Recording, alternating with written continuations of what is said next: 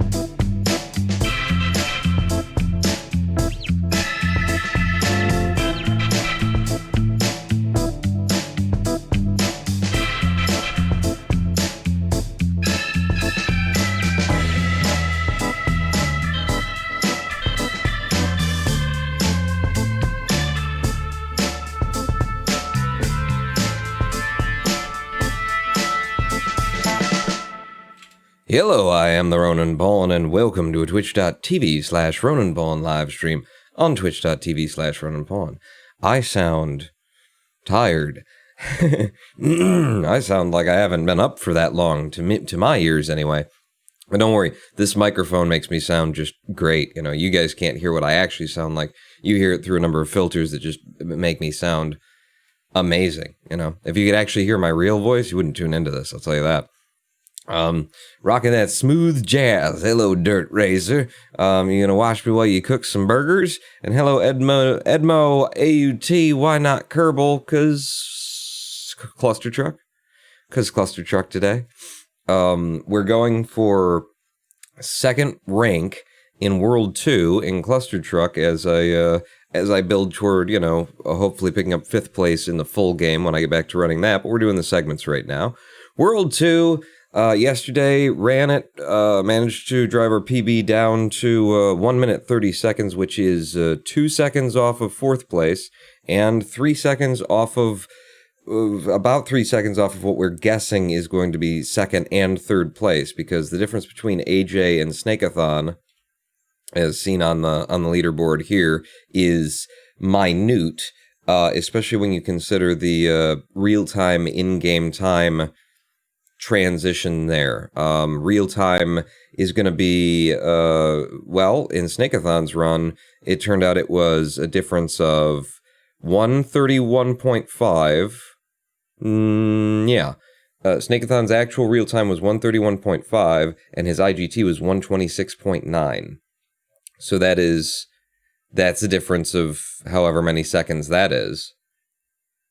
So there you go. About 4.5 seconds difference, and that's a lot more than Snake usually leaves. I think he did some bad next level clicking on that particular run, but AJ with the 131.0 is probably right around there as well. So I'm just driving toward a certain thing in Clustertruck. I decided that I wanted to do, so that's why not Kerbal. Hello, my master pawn. I love you, but you always stream when I'm working away from my computer. Lord of the Ing. I'm sorry, just, you know, keep me on your cell phone, strap it to your head. Did you get the harness that I sent you? The ring goes around the head, and then just out here, it just hangs, and then you can always have me in the center of your vision, and then everything that you need to do, you just work in the peripherals. Keep your eyes here. Keep your eyes on me. Is this 3 days in a row? No, this is just day 2. So there was just yesterday that we streamed Clustertruck, and it is odd for me to like come back to the same segment like the next day. One, because I usually get what I'm going for on day one. I mean, it just is that way. So I'm not bragging or nothing.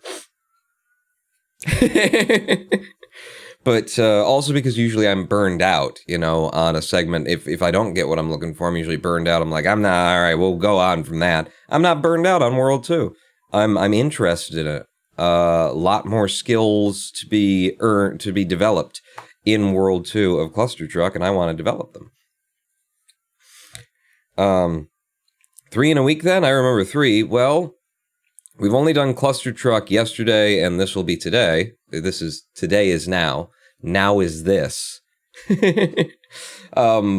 I've definitely been like live streaming way more. I looked at my my restream report, and it says that I streamed 21 days out of the month of August. So that's a lot of streaming. That's 2/3 of the month. That's almost as much as, you know, a working man works for a living. Which was not why I got into this business. The whole point of this thing was to not actually work. World 2, Ran 2, Par 2, Day 2. Rank 2. World 2, Rank 2, Par 2, Day 2. Okay. Part 2, Day 2. Yes. And we need to save 2 seconds. Except the 2 seconds will only get us 4th. We're at 5th right now. But we're very close to picking up 4th, and I feel like if we're gonna get, if we do get that 4th, might as well scoop up, you know, 2nd and 3rd at the same time. I mean, as long as we're out picking things up from the ranking store on the Clustertruck speedrun. Hi, Satan. Just stopping in to say hello. You always want to stop in and say hi to Satan. I'll tell you what, though. Something that I'd really like to have in my bag of tricks would be a more consistent 2-2. And I don't know if it can be made, like, very, very consistent. Because, you see, let me show you what's going on here. If I could just get it wedged in. There you go. Did you see that for a second? That's what's going on here. We're throwing a truck into the fence, and it's getting stuck in there and glitching out. And is mainly what's going on there, and so we're getting hit in the ass by it as we throw it, and hoping that it hits us in the right direction. So there's gonna be some amount of randomness to that, but I think you can get this pretty consistent in terms of being able to get in. And I've just been kind of running into it with a general idea of what I want to see happen and how I want to do it. But man, yesterday, the big, like, stopping point, we managed to get 2-1 to a pretty consistent, sub 6 second, you know, method. But 2-2, for all the 2s that are going to be said today, 2-2 here was the one that just kept, like, I'd set up a good 2-1, then I'd come into 2-2, and then I just don't get through it. And I don't really know, like, even as I'm sitting here trying to do something right now, I don't really know what I'm trying to do. Like, what am I trying to set up with this? You know? It feels like the kind of thing that you just do from muscle memory and stuff. You know, I don't see that there's something that I want to specifically aim at while I throw it. It's just kind of making sure that it's behind me at the right level, and then hoping that when I get hit by it, it'll give me both the speed and the ups required for the speed run. But that sure the hell wasn't it, you know? I'm just messing around now. Come on. Ooh, now that's interesting. So if I do that, that's down to a 4.4. I wonder what my fastest clear on 2-2 is. We actually picked up a bunch of IL clears.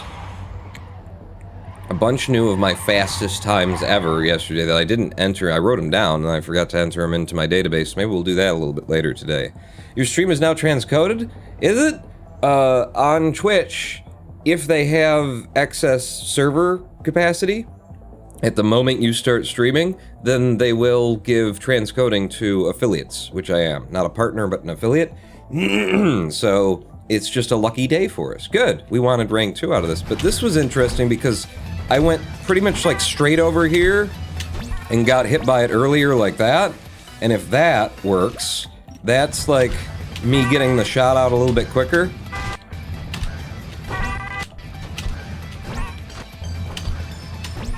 Doesn't feel very good.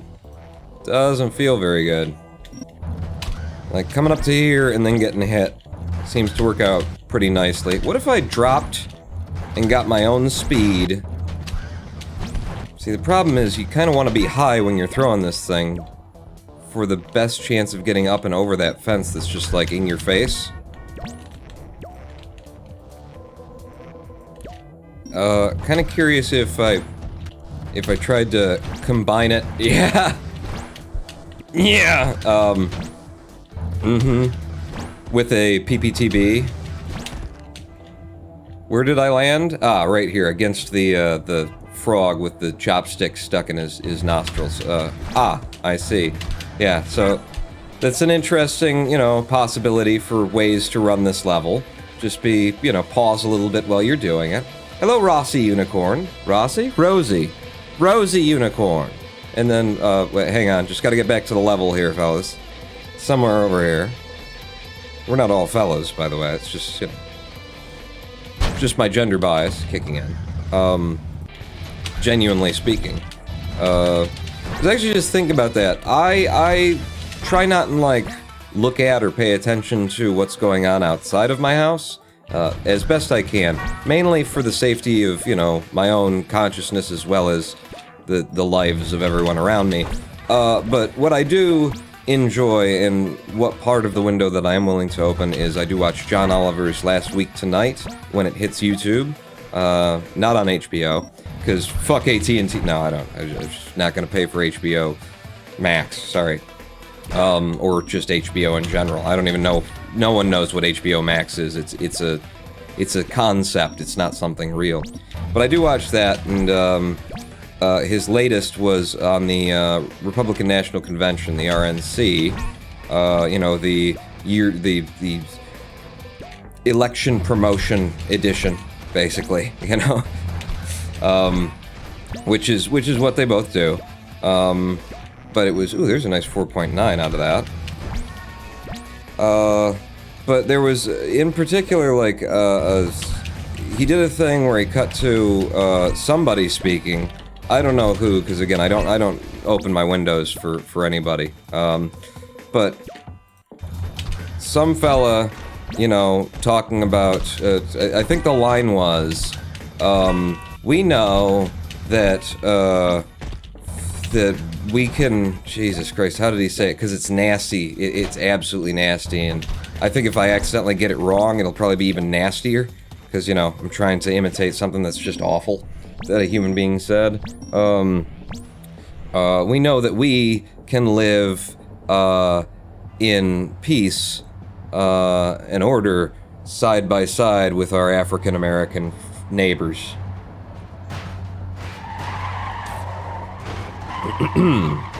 Which is a very important person speaking at the Republican National Convention, taking a moment to speak directly to white people who are afraid of black people, while excluding black people in America from the comment, except in to say that, you know, we don't need to be afraid of them. It's really fucked up. And what he was, you know, what was he driving at? Other than being overtly fucking racist. Well, not overtly racist, being, unconsciously, he was asleep while he was saying this as well. I mean, he must have been. Nobody looked at his speech, apparently. He was subconsciously racist. And that's why it comes to my mind when because of what we were just talking about. I can't remember who it was that said the thing. Oh, I said it, about my subconscious bias. Have you seen the movie Tin Cup? Or just heard the riddle that the first place I ever heard this little riddle was in Tin Cup. And I think it's been popularized so much now that everybody will, that a lot of people will have heard it. And it goes something like this. A father and his son are driving down the highway. The father loses control of the vehicle, and they get in a horrible car accident.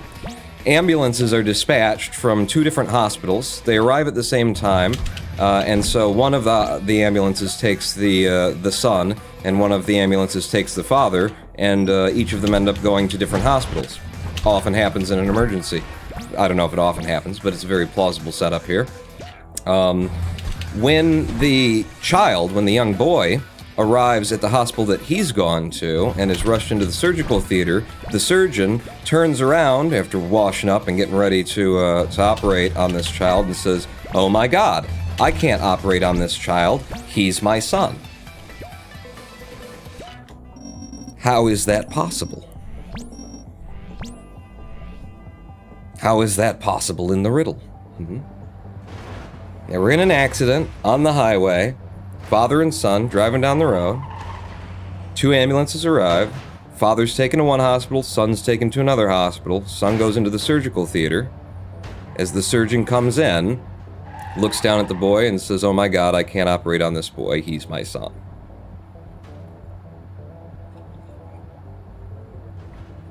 And I guess maybe I assume because I know that a lot of other people know it, and it looks like I'm wrong, which I'm very, that's cool. Tin Cup is one of my favorite movies, so I'm not saying this is Drag and Drop TV. Rosie Unicorn guesses stepfather, Chiburi says 2 dads, and Dirt Racer 1116 gets it right with the doctor is the boy's mom. We have a winner, says Drag and Drop TV. Right, the surgeon is the boy's mom. And the point of that riddle is to show you, your own subconscious bias, that it's, has nothing to do with, misogynistic tendencies or anything, that you just, we live in a world, we grow up with certain standards, television and media and radio and everything gives us a certain impression of how things are supposed to be, and even in this modern 2020 world, instead of going, well, let's see, a child has 2 parents, if one of them is somewhere else, then it would be the other parent, which is the most obvious conclusion. There is no question or argument that that's not the most obvious conclusion. A child does not come into the world without a, donor of sperm and a recipient of sperm, just to try and... So if the donor of sperm is not here, then the, Occam's razor's simplest, obvious conclusion is it's the boy's mother. But I would hazard to say that most people, when they first hear that riddle, I would say more than half people who first hear that riddle do not make that connection. Why? Because imagining, when I say the surgeon turns around and goes, "Oh my God, I can't operate on this boy. He's my son." The surgeon is just not a lady.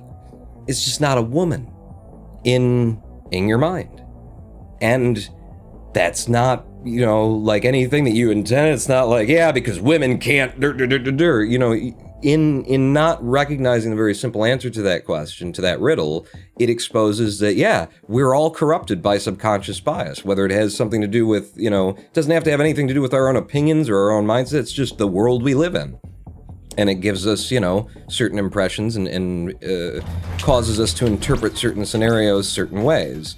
And so the way that relates to the John Oliver last week tonight comment that was, where he was showing this guy, at the RNC saying, just reassuring the American public that we know that we can live in peace and harmony with our African-American neighbors, is an unconscious bias statement that lets you see something about that person. It's a way of saying something that I'm sure if you ask that person, what the fuck were you thinking, saying, who's we? Which is what John Oliver brings up in that, who is we supposed to be in this statement? Because if you're saying, we know that we can live in peace and harmony with our African-American neighbors, who are you talking to? Are you standing up with your red tie and the American flag and Republican at the Republican Party and saying, I just want to speak to the white people for a moment? Specifically, the white people who are afraid of black people. Come on, gather up, because that's what you are doing. I'm sure that individual would say, that's not, you're twisting my words. No. You have an unconscious bias, and that unconscious bias kind of leans toward a really fucking racist one, you know? It's a little bit different than the, oh yeah, the surgeon is a woman, of course. This is like, you're dividing a line between we, us, your people, and our African-American neighbors. Because they're not a part of we. They're not a part of us. For this individual who made these comments at the Republican convention. It's a hell of a world out there in 2020. It really is. In philosophy, it's called habituation. You assume a thing to be true because it is assumed to be true in the society you live in. So over time, it becomes true to you without reason for it to logically be true. Yeah, and it doesn't have to be any. There's no evil, no intent. It's just like it's the music playing in the background, and you know the tone, and you know the beat, and you know, a surgeon, doctor, what? It just doesn't occur to you. You know, it doesn't have to be like a surgeon that's a woman. Are you joking? She should get in the kitchen, take her shoes off, and start making me a sandwich while having my babies. You know, it doesn't have to be that you're a misogynist. It's just like, you don't see, you know, you haven't seen female, characters, female characters, you haven't seen enough of that because so many people have the subconscious bias. When the script gets written, the scriptwriter had the subconscious bias and assumed that the surgeon would be and so it just self-reinforces. Took your advice from yesterday and decided to try to change my way of thinking. I decided to get my bike and cycle for about 15 miles. It helped to clear my head, and I felt good after the end of it. Well, good. I'm glad, Pika Pup. I didn't want you to actually go and do anything. No, I'm glad you got out and expended some energy. It really does clear your head. I used to run when I was capable. I used to run with the dog at the Zen Center every morning. Just go out and get that dog some energy, activity, and me too, and just a hell of a way to like clear the mind, clear everything that's going on with you, and also the nasal cavity, because about this time of year, kind of misled us with father in the car accident. We kind of stick to that, you know? I mean, it could be said too, but it is still, it's like the most obvious conclusion. The child has two parents. The father's not around. Oh, the surgeon's the mom. I missed the first part of the rant. Now I'll be lost. Clip that. What, the clearing my throat thing? More Clustertruck. Yeah, this is cringe XP. It's a hell of a world, though, isn't it? It's a hell of a fucking world in 2020. Where, like, I don't know. I don't think, you know, for as much as and as long as people have been doing the whole or making the comment or, you know, insinuating how everything on the internet for all those years came back to Hitler, right? Because, like, everything was ultimately like, this person's as bad as Hitler, that's as bad as Hitler, they're friggin' Nazis again, all that kind of stuff. I think we cried wolf so often that Hitler and the Nazis actually did show back up. In that episode of John Oliver, in that episode of Last Week Tonight, he showed a officer who is still employed and still active, and still, you know, a guy who shows up to the press conferences and stuff, giving a press conference from like 2 years ago, wherein he was talking about, we need to take these people and put them in warehouses and just lock them up until the entire generation is gone, and then when it's done, we can, you know, retask the warehouses for Amazon or something like that. But just a frustrated officer's response to crime, specifically response to what he has apparently perceived to be, you know, black crime, saying that what we should do, and he's saying it in front of, it's not like they caught him, you know, on tape. It's not one of those Trump sitting in a bus talking to some other dudes and talking about grab him by the pussy. No, we're talking about an officer who had like 16 mics in front of his face, had shown up to a press conference, and he's standing there saying, and he said, I'm just saying what I'm pretty sure most people are, you know, thinking, but just not gonna say. We gotta do something about this. We got all these people out here, you know, these guys that are just getting just having like 10 different babies by 10 different women, and and what we really need to do, I mean, I'm just gonna say is we need to just like, I don't know, create some warehouses and just lock these people up, no parole, nobody gets out, just wait for them to die, and then in a generation, 100 years from now, you know, we can open up those factories, those warehouses again to be used for something else, but we just gotta do it to just clear out the system. It's 2 years ago, and the way that he said it seemed like maybe it's palpable, maybe it's tolerable to some people. Maybe they hear that and don't realize this man is advocating genocide. This man is advocating, you know, a Holocaust. Maybe because of the way that he said it, you know, and the words that he used, some people didn't hear that what he was saying was, let's round up all the black people, or, you know, just all the black criminal people, and just throw them in a place. No chance, no justice, just lock them up until they all die off, and then we won't have that problem in the gene pool anymore. And this man is, you know, he's still employed, and I'm sure he will continue to be employed. Whoa, someone said that. Yeah, you gotta, I recommend going and watching the John Oliver latest RNC convention thing, because it's just, like I say, I don't open my window, by which I mean that's my code for I don't, you know, look at what's going on in the world, because I kind of don't want to know at this point, shockingly. But I open my window for John Oliver, and Jesus Christ, the things that he shows, that you're just like, holy fuck. And when I look at political maps of the United States of America and see so much red and then these tight specklings of blue, it's just like, what is really going on out there? When I see the coloration, like, how can so many people across this nation be ready, willing, and happy to sign up to and to endorse and to vote for a party that like, even if you take, and you can't, it's 2020, you can't take the racism, the fear-mongering, the homophobia, the, just, you can't remove that from the Republican Party as it exists today with Donald Trump, heading up things.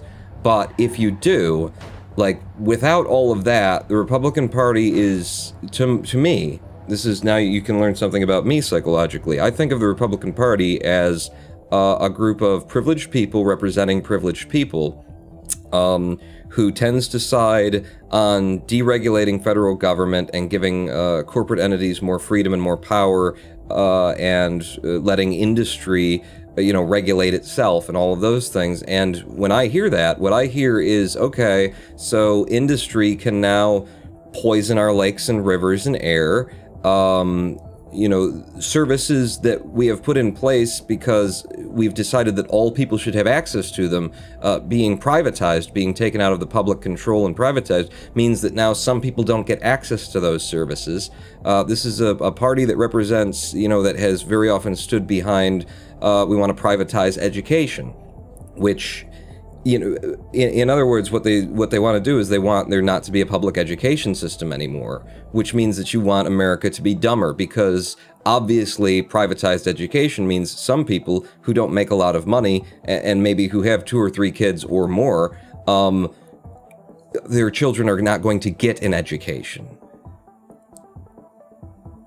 Or the education that they do receive will be not, like, we have problems within the public system where certain schools are worse than others and it just keeps going and no one seems to be addressing it.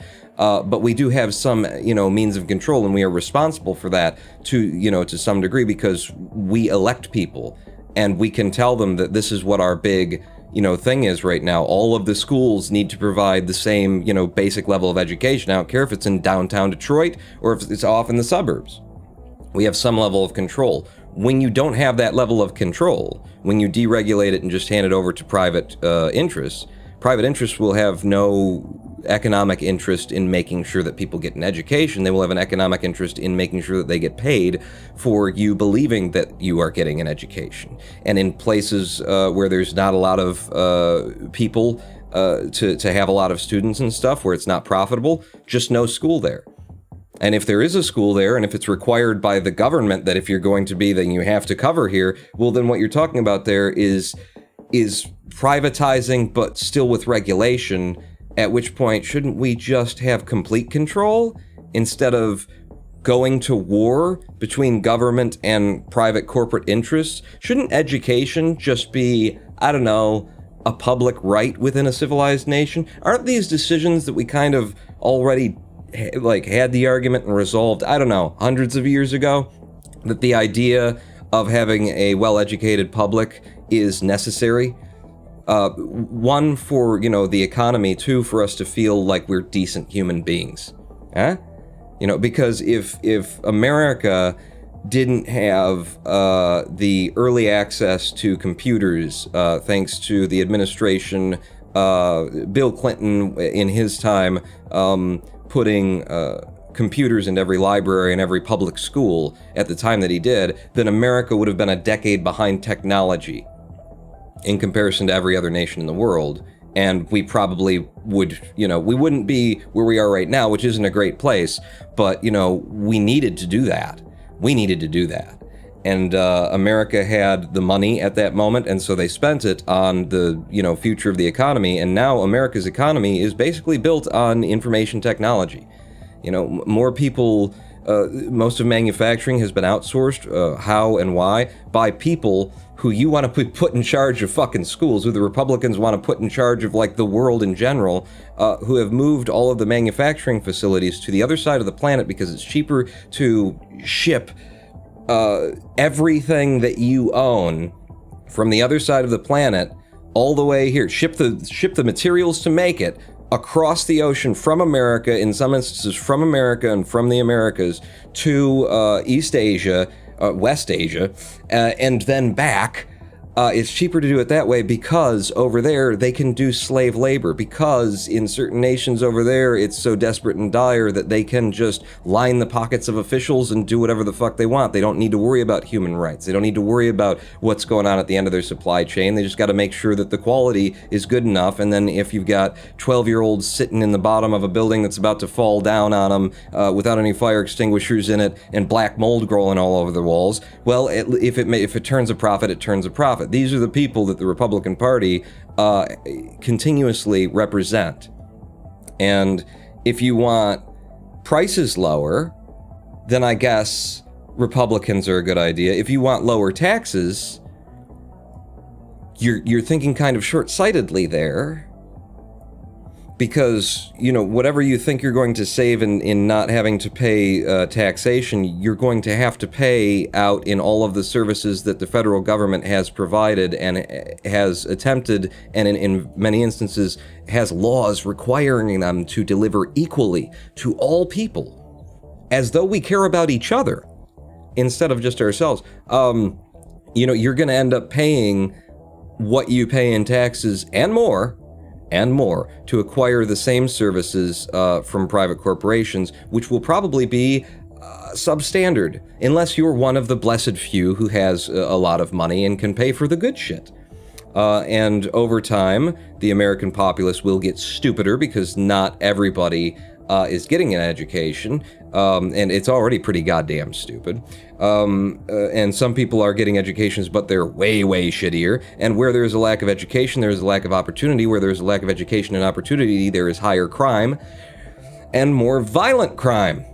So it's almost as though, smart people have existed throughout time and set up systems in order to address long-term, long-standing issues. And the Republican Party seems to represent a way of thinking that is, wouldn't it be great if we had no power over our own nation and we're just subject to the whim and will and forces of corporate interests, global corporate interests, who have no specific love for the United States of America or for you or for anybody. They're not patriots. They're fucking financiers.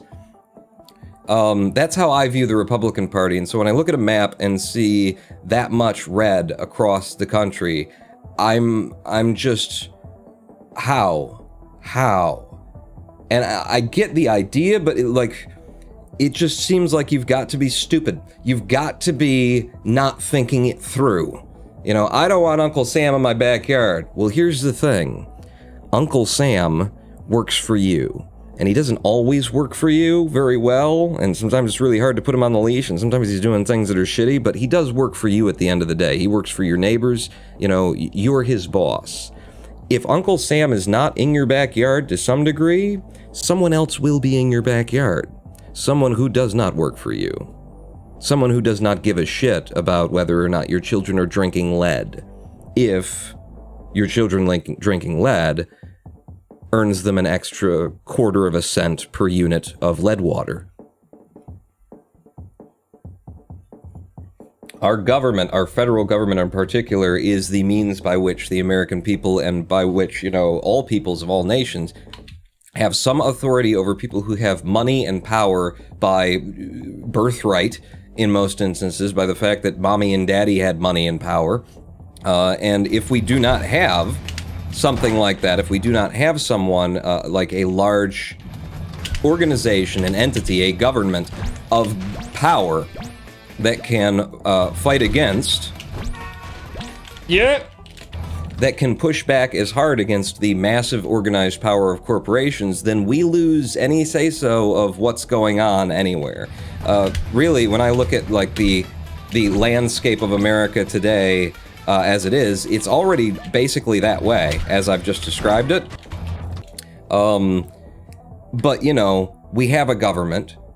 We have the ability to regulate. Like, right now, the situation that we're in right now in this country is, as I see it, that those corporate powers, wanting to have the power that they don't have realized that really all they need to do is take over the government from inside. And so they spend, you know, billions per year to influence people who are in government to get them to vote in their directions, in their interests. They finance their campaigns, they create, you know, funds and influence them, pull them off of the grounds of Washington and take them on business meetings, you know, in Tahiti with golf clubs. While additionally getting insiders who have decided to like join up to their little plan for the, like, Agit Pie, putting people into position who are absolute representatives, not of the American people, not of the interests of the American people, but of the interests of these corporations, overthrowing the government from within. So the corporations have realized where the power lies and what they need to do in order to acquire all of the power, and so they're weaseling their way in, and they're pretty much completely in there. But while we still do have the phantom of a government, we do have the phantom of democracy, and we can retake it. Once we have really just no meaningful government anymore, no public systems, the war is lost, and it's not coming back. It's not coming. Global corporatism is not.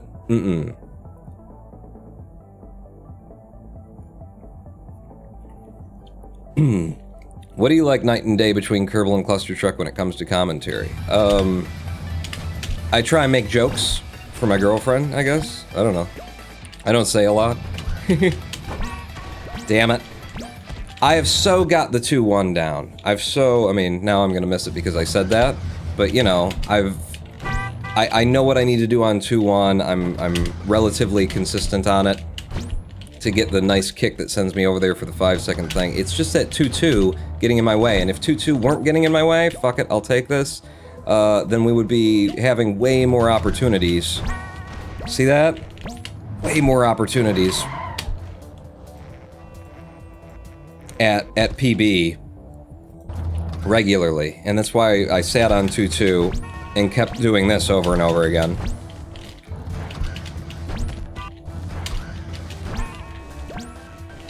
Trying to figure out, is there something that I need to do? And I feel like I don't know. I still don't know. People in cities want to run my life and take away my guns. Republican Party markets to those people in that way. Yeah, so it's like the stupidest idea. You know, that's what I'm saying, is like, is there a way to support the Republican Party that isn't either just pure selfishness in terms of like, I want to keep my money that I've already got. You know, people who have money vote Republican because Republicans promise that we won't raise the taxes of rich people, is typically, and they have a history of, but, you know, so, like, is there any way to vote for the Republican Party that isn't just selfish for me and my tax dollar, or stupid, is my question. because, you know, the idea of Democrats want to take away my guns. Like, on the larger scale, I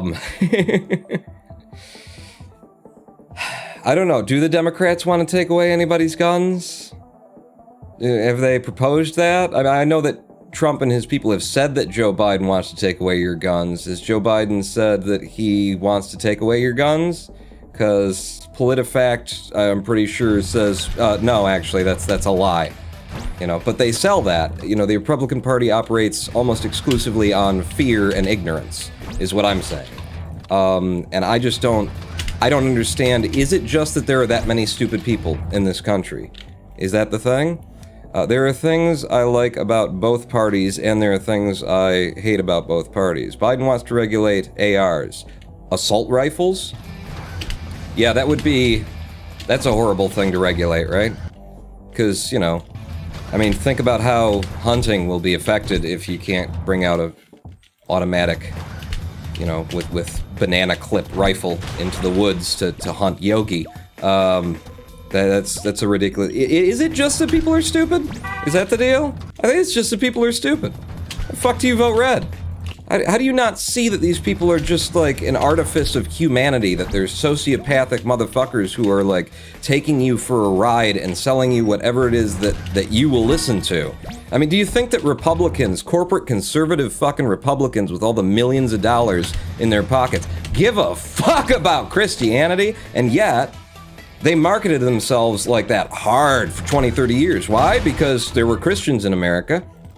And if you said you were a God-fearing person, then, you know, you could get some more votes, couldn't you? If you could get them to ignore a whole bunch of other things, if you were just, you know, happen to drop the word Jesus every now and again. And so they did that. And now the times they are a-changin', and they're still trying to pull out those old, you know, those old tunes from their catalog. You know, they still, oh, well, so-and-so didn't even mention the word God in their entire speech. Yeah? I don't know, it's 2020, are we still interested in what God wants? You know? I don't know if you've noticed or not, global pandemic seems to look like God wants us all dead, fuck God, right? But, you know, it's not really a thing anymore, but it's a thing for some stupid motherfuckers out in the boondocks, I guess. I think it's just you have to be dumb. You have to not recognize your own interests, you know, opposed to their interests. And so much of our fucking world is built like that. It amazes me. Like, we've built systems that put people whose interests exactly oppose our own in position of power over our, you know, what we're gonna see and what we're gonna get. The idea of insurance being a privatized concept is the stupidest fucking thing. I'm surprised it's not illegal. I'm surprised it's not considered a pyramid scheme. To have any form of insurance, health, car, otherwise, because the people whom you are giving money every month make their profit exclusively off of not giving you the money back, and that's what it's built for, is so that on a rainy day you'll get the money back, but the way that they make the profit is in denying claims. Gee, that seems like a really smart... What? How do you have a for-profit insurance thing and people are stupid enough to sign up for it willingly? Well, people who aren't smart, you know, who aren't dumb enough to sign up for it willingly, refuse to sign up for it, and then the government makes it so that you have to buy insurance because there's financial problems with not having some means of insurance out there when things go wrong. God damn it, I lost control of my own fucking mouse. I don't get it. I don't get it. Mother Nature wants us dead. God wants us dead. The motherfucker in 7-Eleven next to my house wants me dead. It's not news. Technically, the AR is for shooting at tyrants, like the corporate overlords, but no one thinks about it like that, it seems. I have thought about it like that many a time, especially when George W. Bush took office and started getting rid of all of the American people's rights, and setting up illegal underground fucking monitoring systems and shit like that in the wake of 9/11. I thought about it quite a bit, and what I came to was the conclusion that when the enemy that you're going to fight against has Apache helicopters and Bradley tanks, your assault rifle really is just like maybe you get to kill somebody before they kill you. Like, if you absolutely have an enemy of the American government, if you have to overthrow something like that, having a shed full of guns is gonna be, what, an extra 6 seconds before they burn your house down and walk you out in the street? And like in the true doomsday scenario that the folks with the sheds full of guns are imagining, you don't have hope because you've got guns. You don't, okay? I don't know, 2 syllables, Waco. Waco. What happened there, huh? What happened there? You know what kept those people alive? You know what kept that building from being set on fire for 2 months, for 60 days? It wasn't their guns. It wasn't their guns. It was newspapers. It was cameras. Cameras was what kept that building from being burned down for the first 60 days, anyway. The guns really are what kicked it off. The guns are what started the whole event. And it was the people in Waco were absolutely defending themselves against the government coming in and doing something that the government should not be doing, with their guns. But the reason that the government was coming in was because they had so many guns, and they wanted to see whether or not you're allowed to have the guns that you have, because we have suspicion that you're not. Like, the guns aren't gonna fuck us. It's like, we're all safe, or I can overthrow the government because I've got, you know, a toothpick, and they've got a battering ram. It's not... You know, argue for... Forget about fucking assault rifles, because that's what... Assault rifles aren't for, like, taking out a tyrant. Assault rifles are for taking out, you know, a whole bunch of people working for a tyrant, right? So, what you should be arguing for and making sure that we have the right to bear is sniper rifles. Sniper rifles are what you want. You're just confused. You're just confused about what armament it is that you're gonna need to retake America. Make sure that, you know, long-range, 50 caliber fucking sniper rifles with giant, giant multi-lens scopes, you know, that stuff needs to be legal. Assault rifles are used for killing groups of people. That's not for overthrowing tyrants. That's for resisting, you know, military encampment. And if it gets to that point, your assault rifle is not going to stop their Bradley tank, is my point. Ah, shit. Alright, so we're losing time on both of these, but at least they got started. Let's run to 2-3 here. But I just don't know how you fucking vote for the Republicans. I just don't get it. You know? How does anyone vote for the Republicans? They are exactly the contrary to the interests of your average American citizen, and I genuinely believe you just have to be stupid. You just have to, like, fall for their duping lines. Like, if being a Christian will get you to vote for us, we'll tell you we're Christians. If protecting your gun rights will get you to vote for us, we'll tell you that we want to protect gun rights. You know? What do you need us to tell you so that we can continue representing the interests of, you know, corporations and bankers and basically all of our families? Because, I mean, look at the constituency, look at what populates the Republican Party in terms of the people who actually run for office. They are all fucking silver tongue, you know, silver spoon in mouth, babies of people who had money, trying to protect the interests of people who have money. Gee. And then they go out there with a marketing campaign and try and convince you that the other guys are something, that there's something to be afraid of, you know? That's something to note, by the way, if you are on the side of, like, the Republican camp. Just ask yourself, is there any Republican selling point that doesn't start and end with there's someone over there outside, okay, that isn't one of us, who wants to take something that's yours? That doesn't start and end with fear.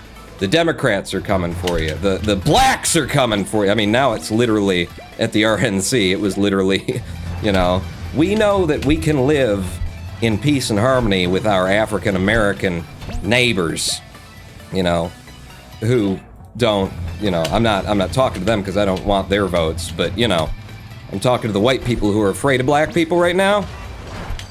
Ooh, I just made it through on that one. For a sub 925. Like, is there a position that they take that isn't all about... Damn it, you slowed me down. all about who you should be afraid of. Shit. God damn it. Go through. You know, who's trying to take something that you want? Oh, god damn it, Pong, you can't do this way. And you fucked it up, even if you were gonna do it this way. I forgot to do 2-7. I forgot to try for 2-7. 2-8. Let's run anyway. Be very aggressive. No! Fuck. I got stopped, and I don't think you can recover from that. Oh, you definitely can't recover from that with that. Let me tell you. And I don't know of any, like, tricks that I could do on 2-9 or 2-10 to pull that back, so that's a dead one. Can't parry cherry pick just cause then makes your case parry. What are we talking about? Republicans run an awful platform, so do the Democrats. America needs a party to the left of the Democrats. Absolutely. But I don't feel like the Democrats, like, always argue from the position of there's something to be afraid of. You should fear it. Now give us power, and we'll protect you from it. You know? Like, Democratic platforms, and I don't know, because the Democrats really don't have a platform for a while. We're just not the Republicans, is how it feels to me. But when you get, you know, Bernie Sanders and people who are truly, like, socialists more than they are real Democrats, standing out there and talking about, like, healthcare. They're not talking about, you know, the government is coming to take the corporations. They're standing there and they're saying, we have people, they're suffering, and we can do better than this. Let's do better than this. You know? It's not a look out, the black people are coming for you. The Democrats want to get rid of the police force, which isn't true.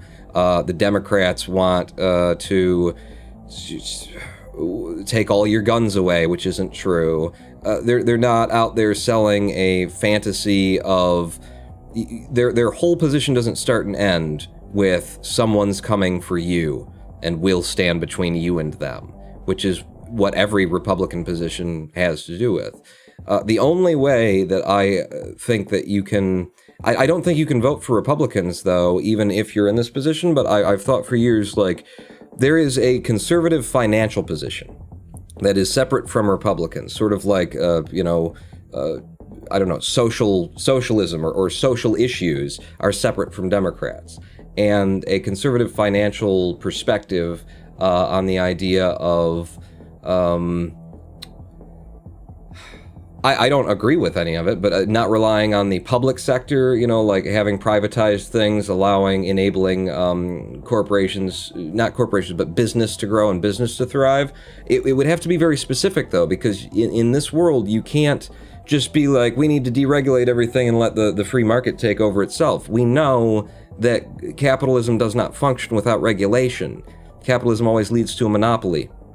That's just the nature of capitalism, and then capitalism does not function in monopoly because there's no competition, and so you don't get innovation of technology, you don't get good service, you don't get anybody making an effort to make sure that the customers are happy or that the people are taken care of, because you've got a monopoly and no one can enter the industry without you crushing them. That's what we have right now. It's not something you have to dream about and imagine. That's the state of things right now. You buy, do you wear glasses? You get them from the one corporation on the globe who makes glasses, who owns Lens Crafters and Sears glasses at just all of the different places. Your optometrist works for that corporation. Indirectly, they work for one of the subsidiaries of the third-party holdings and it all leads back to that corporation. These are the situations we already have. Comcast and AT&T are the two major providers across the United States of America for internet and television.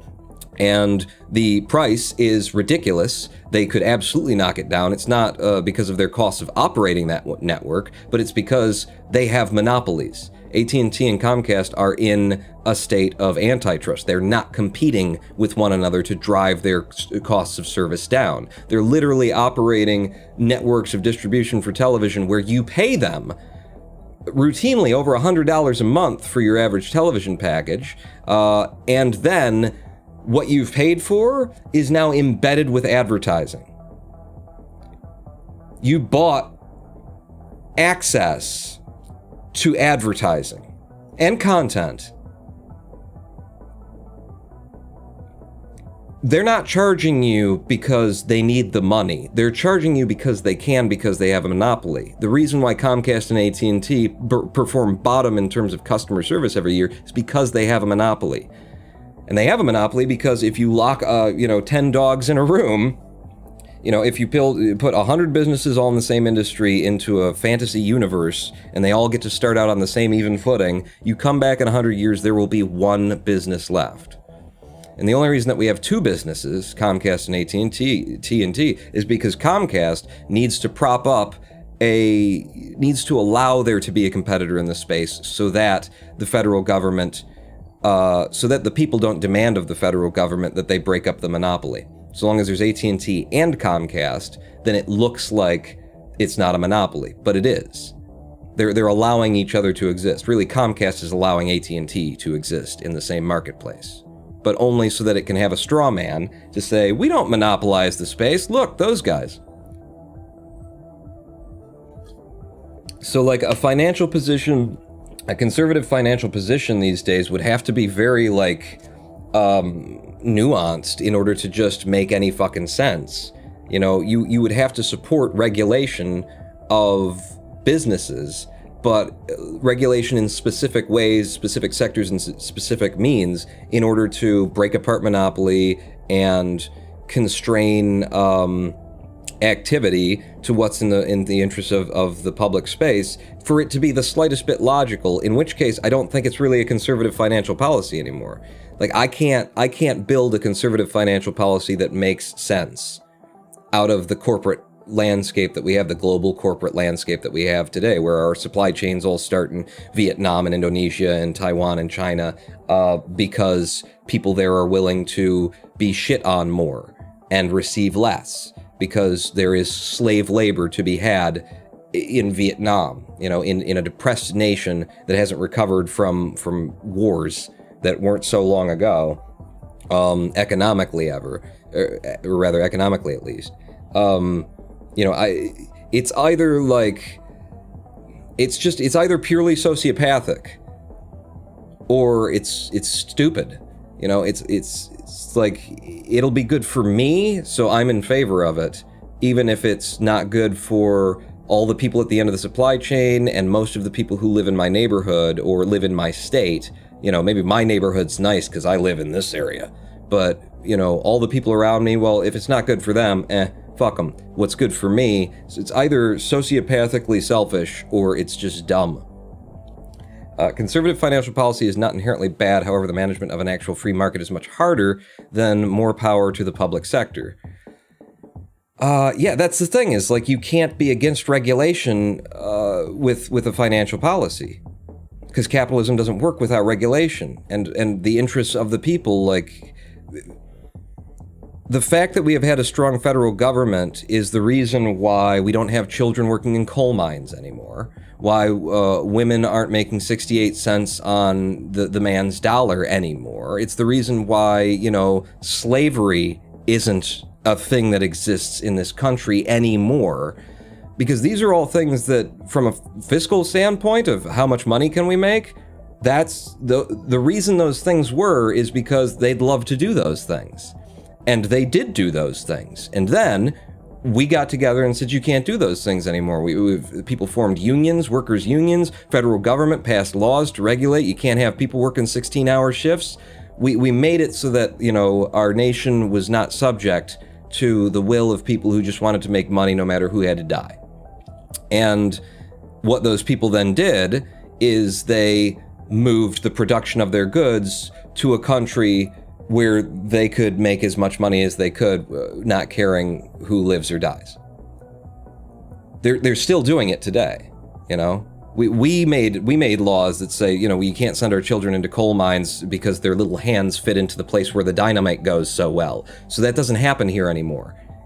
It's just going on somewhere we don't see now, You have 12 and 14-year-old girls. I Google some images of you, them sitting there sewing Oshkosh Bagosh labels into the back of mass-produced shorts for fucking Walmart. It's still going on. They just moved it somewhere where it wasn't illegal. And so you can't have a financial policy that just says we need to give, everything to the private, so give the public sector to the private sector and it'll all work itself out. No. If the private sector had been in control all this time, we would have child labor force. We would have women making less than men, even though they're doing the same work. We would have slavery, We would have economic oppression. We would have no schools in certain places because it's way better if you have uneducated people to do menial labor. People who don't believe that they have opportunity. Why? Because they really don't, because they were never given it. There would not be... This nation wouldn't look anything like it does if we hadn't regulated the whim and will of people of power trying to use their money in order to make more money for them exclusively. So I don't know that there is a reasonable conservative financial policy, because if you're not a fan of regulation, then you're not a fan of, you're immoral. You're in it for yourself or you're stupid. You either haven't looked at our own history and seen what happened when they weren't regulated, or you know that history and you don't care because you're one of them, or you hope one day to be one of them. We have a lot of that in America. Someday I'll hit the fucking Powerball and then I'll be the one who's running the thing. So I'm gonna vote for the thing that would work out for me if one day. Cable companies are forced to compete, so you pay less for better internet in other nations. Absolutely. The company is called Luxottica for glasses. Yes. I think gun control is such a hot topic in the U.S. because of all the gun lobbies in the U.S. A first world country, but compared to others, the deaths by guns, magnitudes higher. People have to be hyper-educated and know what they are voting for and running. A properly run true free market is like communism. Great idea on paper, but no one has ever made it actually work. Are we in the late stages of capitalism? I have a fucking, financial policy that I would propose, and it would be, heavily regulated capitalism. Capitalism does make sense in certain ways, It does make sense. Competition, drive the market. But it doesn't make sense in way more ways than it does make sense, and it needs to be regulated. What we've seen now, what I've been saying and what, most socialists have been saying for since the dawn of time. It's the dawn of the concept of socialism, about this capitalist system. Especially in modern America, the people who are most remunerated for their labor are the least necessary people. Janitors are really fucking necessary. Trash collectors, really fucking necessary. Teachers, really fucking necessary. Firemen, police officers, construction workers, infrastructure, civil planners, civil engineers. These people are fucking necessary. And they are remunerated, the bulk of them, with the idea, well, anybody could do that job. Civil engineers, maybe not. But most of the things that are most necessary to our lives, and for our lives to continue unabated, and for everything else to go on, for Hollywood to make its movies, to spend hundreds of millions of dollars, putting, 4 people standing in a factory, in a warehouse that's painted green on the inside and pretending like they're somewhere that they're not, so that we can go in and go, oh, pretty colors, clap, clap, clap, I really like the characters. So that they can do that, what we need, first and foremost, is, people collecting the trash every day.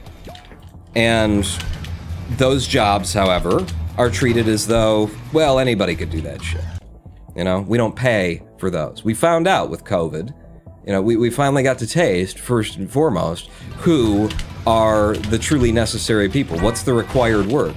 And it was, the bus drivers, of which, did it get up to 3 digits of New York City bus drivers who contracted, or was it that they died of COVID? But that needed to keep going on. Frontline workers during a pandemic. Wow, 4.8. Good. I gotta run on this. Frontline workers during a pandemic. It turned out we're not, accountants and financiers. It wasn't a marketing firm. It wasn't somebody who pushes numbers from one Excel spreadsheet to the other. Turned out, shockingly, that the people who were most necessary, whoa, were the people that allow everything else to operate by doing their jobs on a daily basis. Hey, who could have thunk it? I don't know, like anybody who thought about it for a second, and yet they're not remunerated to any degree the way that that everybody else gets remunerated for their labor. Okay, go, get in! Fuck! I was on a decent run. Half a second around PB that whole time, and then that goddamn... This one pisses me off. All I gotta do is get down here, get a nice pop like that. If I came up to here, and I got a plan for the various ways that this goes on, but when you come into this level... Oh, stop. When you come into this level, trying to, like, dig down and get that little jump is a son of a bitch. And I think it's because it gives you an extra pop as you enter the level. You know, you get one of those jumps, but if I can get this every time, I can do this very often. Not exactly all day, but I could do this very often, so long as I'm on a loop, you know? And then if I come in like that, I have to touch down on that guy. It's a little bit slower, but it gets in. I've got a plan for all the different ways that this jump goes, so long as it gets me this jump up here. But, fuck. For the past 2 days running this segment, I can't come into this level and get a jump that works there. This isn't gonna work, but I'm gonna try it anyway. Oh, let's see. No school, but a 2 days formation provided by Amazon to work in their warehouse. 12 warehouse workers at Amazon were part of the necessary, force of workers that needed to be out there. Even if we were to use communism, the problem come when there is not enough for people to share. It crumbles. Shareholders not necessary. I take it Pawn doesn't like movies. I'm a big fan of, we've made short films and stuff like that, but there is a certain point, especially like when you see a movie that's not even bad. It's not good, it's not bad, it's just like, When I see a movie that's just kinda, and then I know that probably the minimum cost of this movie was $80 million. I just think of how unnecessary it was to make this film that had nothing to say and wasn't particularly entertaining and didn't do anything new in the medium, and yet someone greenlit it and people spent months of their lives working on it and spent $80 million that could have been used to, I don't know, feed people, pay rent, keep lights on. Art is obviously very important to me. It's my whole fucking industry. It's what I do. But when you are spending that amount of money on art, I feel like you have to justify it, and the world has gotten to a place where you don't have to justify it. 80 million? Pfft, that's cheap. That must be a really good script. Absolutely greenlight that. I don't care if it's good or not. If we can shoot it for 80 million, get it out there, we'll probably make 160 on it, we'll move on. I don't like it. If it's bad, if it's a truly bad movie, then maybe it has value, It can have value artistically if it's really bad.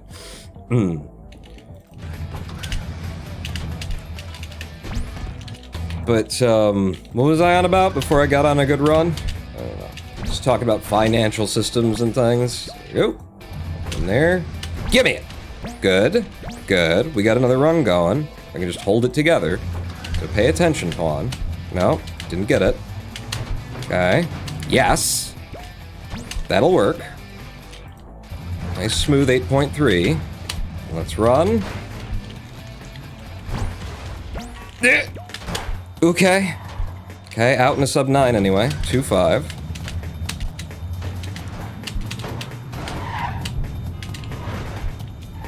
Ooh, found a truck. Didn't need it, but I found it. Touchdown on it. Here we go. Okay. Wrong place to come down. I gotta do a little short hop and then like that, but at least we're through it. 2.7 now. Damn it. No. Alright, we lost it. I'm throwing too low. There we go. That's not high enough. I can't actually make it to the goal on this. Damn. We really should warm up on 2.7. That's good. If I could get past that.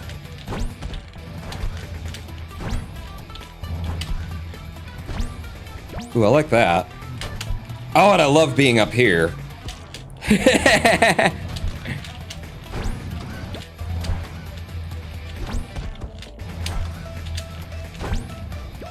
That almost works.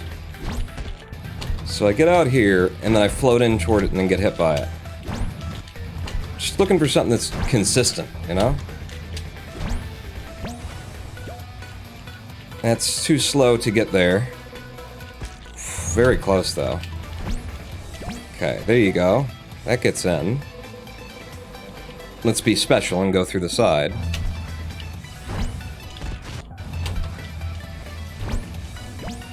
Nope, too low.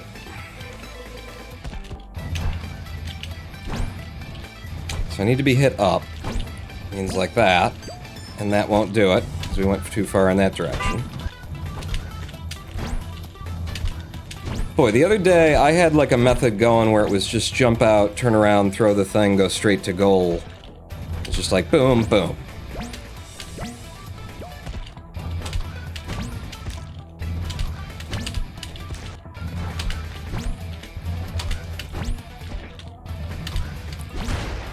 But it's just way too, like, not reproducible. So maybe what I need to spend some time doing like that. I get out here and then turn the corner, float, and get hit.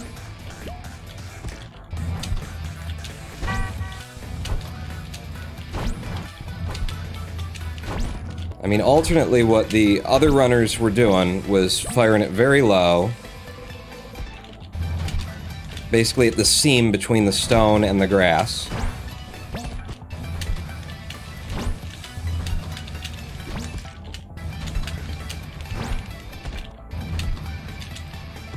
Okay, you gotta throw the truck. I'm just thinking about my fingers now and what I could possibly do. Let's try and get this. Anyone else notice his shirt looks a lot like yesterday's? No, what? You change your shirt every day? Privileged. Damn it.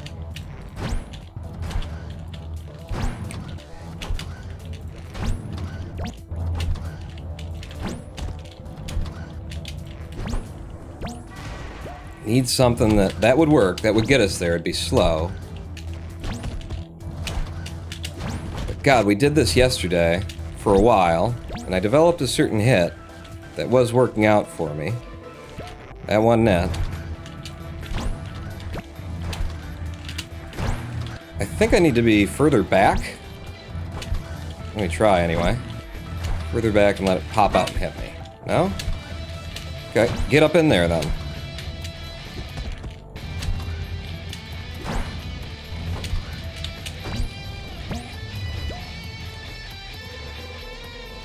Too low, dead.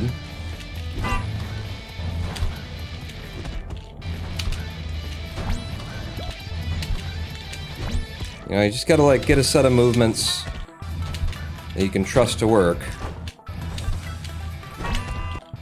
And then make them reproducible.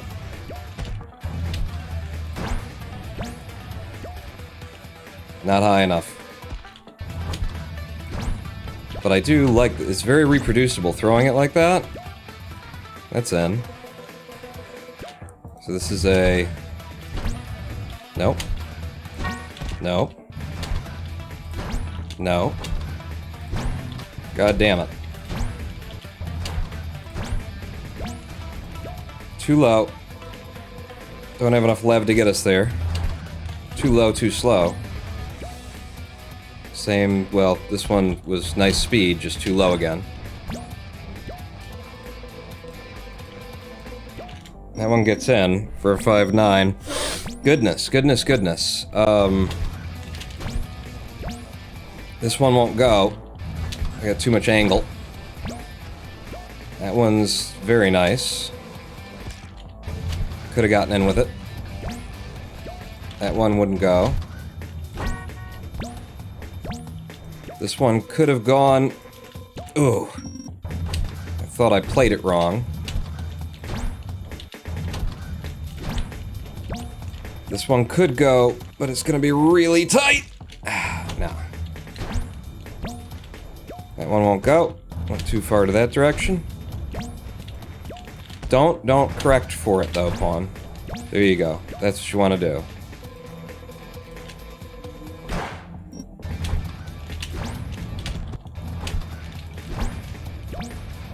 Too low. I did everything I could for it though.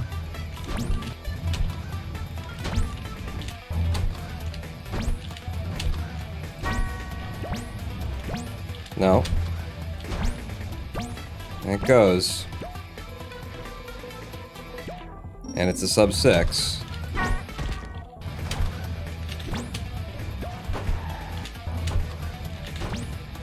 Doing the PPTB now.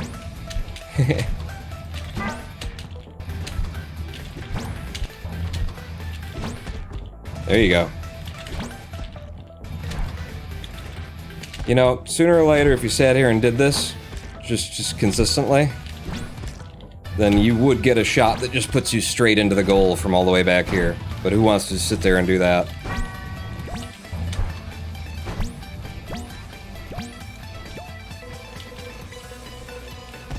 Oh, bullshit.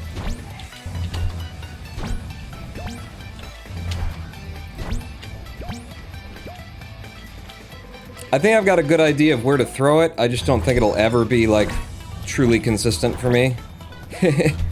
Doesn't feel like it's ever gonna be properly consistent. At least not today. That was pretty good, actually.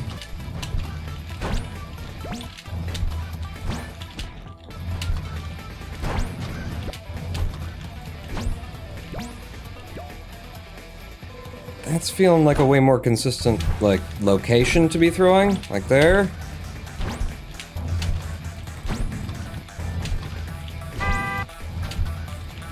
But when I've got it, I know I've got it anyway. This isn't high enough or fast enough.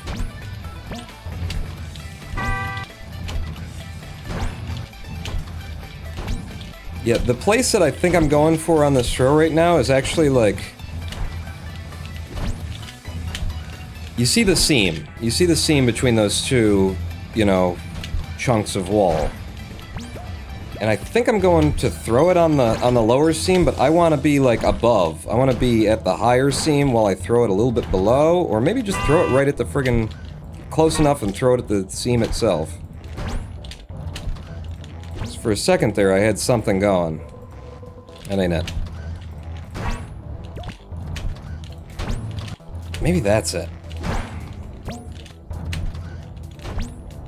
There you go. That might be it. Might be my method right there. It's a jump out, it's a quick turn.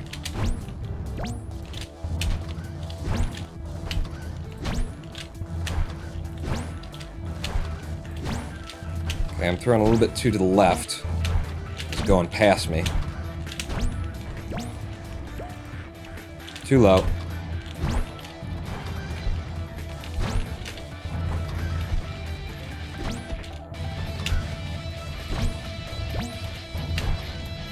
Just can't seem to come up with anything that's like truly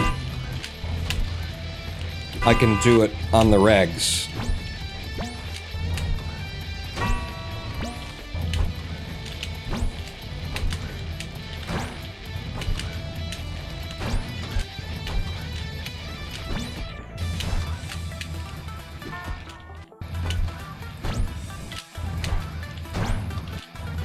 Do you think it's possible for this game to be tasked?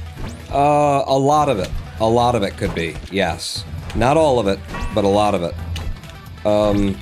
Maybe all of it.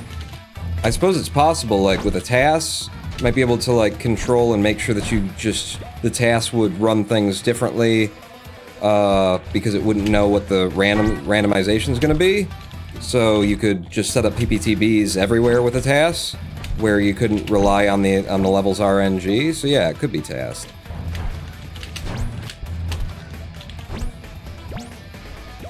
See, that goes in too.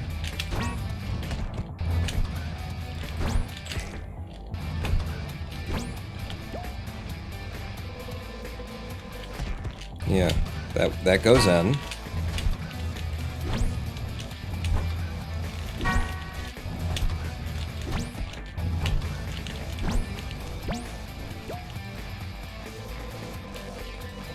Whew. Barely brought that in. You know, it's not so much about, like, getting to the side as it is with, like, having momentum. In fact. Yeah. Holy. That was cool. Just barely touching down on that truck. But... like, if I've got the momentum running toward the corner, and then I get hit from it, you know, with a weird hit that's in the wrong direction, but I've got the momentum, then the two deflect off of each other and could kick me in the right direction. Or just kick me high. I'd love if... yeah, give me that height.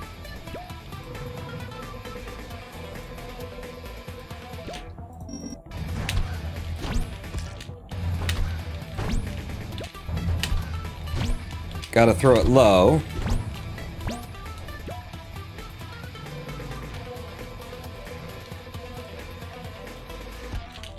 Not quite enough speed.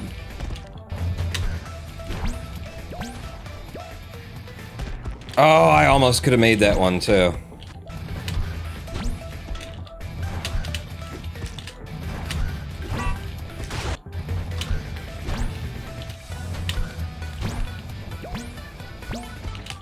Yeah, this has promise.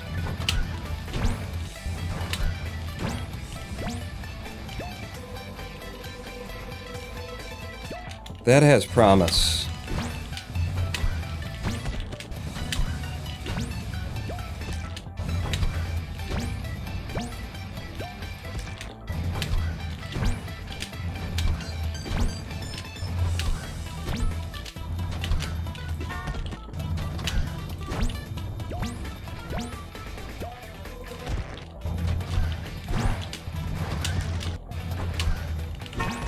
But I gotta, like, drop off the truck and then get the jump to have the speed going in that direction, and then turn very quickly and throw a truck. Not quite at a 90.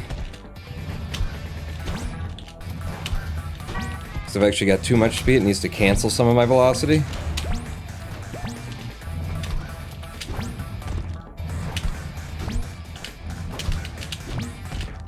I swear we're getting somewhere. I know it just looks like we're on fucking loop, just taking a bunch of deaths. But my brain is subconsciously processing a lot of shit right now.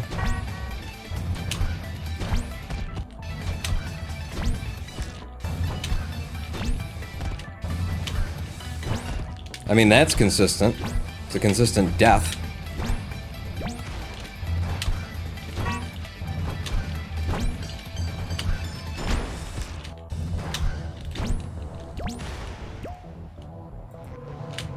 Ah, I just want to touch down on him.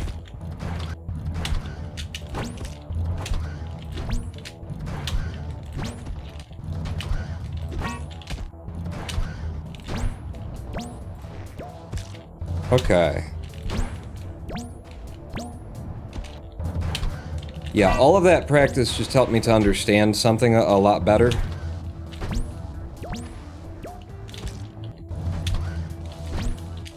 And it's basically the, I guess you'd call it the two angles meeting, you know?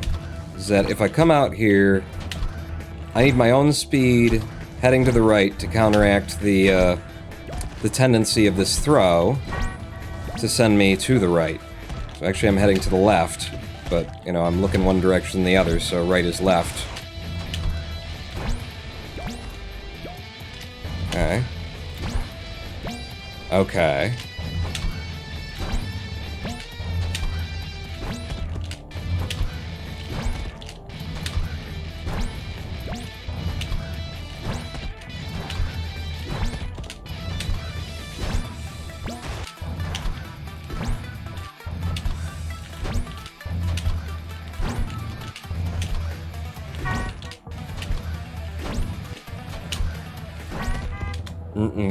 Should be a mod where it records deaths and puts a red splatter in the spots where you died.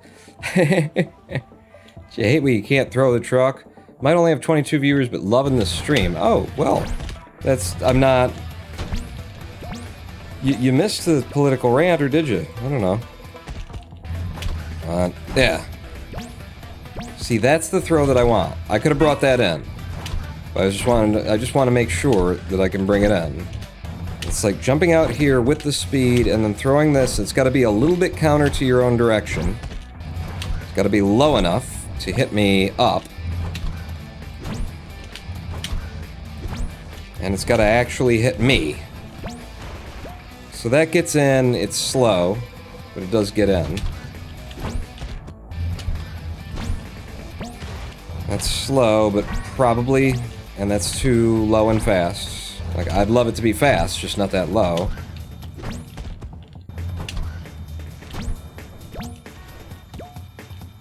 See, now that's brilliant. If I could do that every time, I'd be happy. And that was like, I came out here, I hit a lev, and then I threw that into the corner.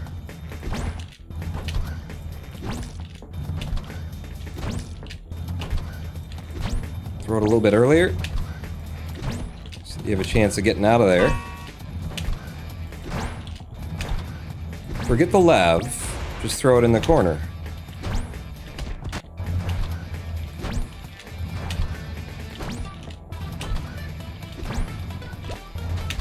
Be closer. That gets in. Ah, almost. But I gotta be closer. So that when that hits me. Yeah.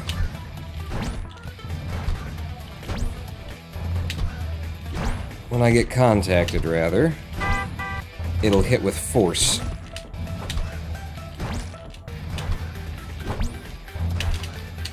Boy, I just got nothing. I feel like after all this, it's still like I just want to switch over to look at something else.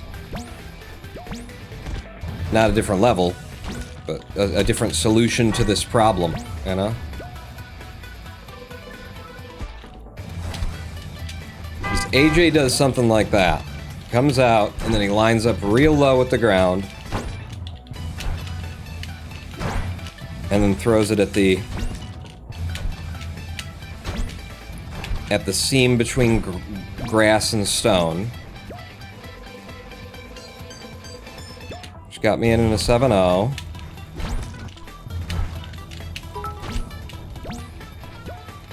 This one's in. There's a 6-8. Go on, how's it going? Hello, Like89. Didn't get a notification you were streaming. Oh. You know, that's how the world works, isn't it? They just don't do what I tell them to do when I tell them to do it. Like, welcome. It's going well, Like89. Or at least I'm having a good time. I don't know that we're getting anywhere with this, but...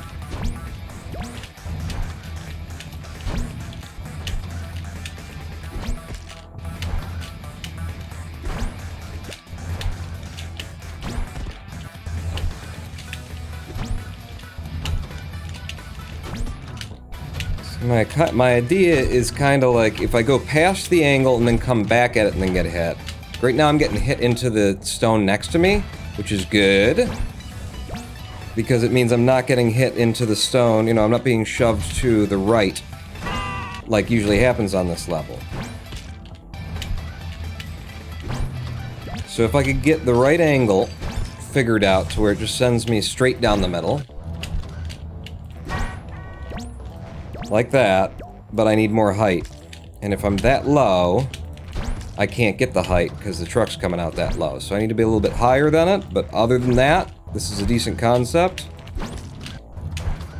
So it's probably 2 lavs.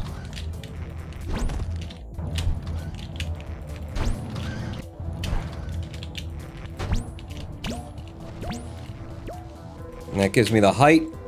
Ooh, and I used too much levitation on the way through. It was unnecessary too, I didn't have to. I could have made that work. I could make this work.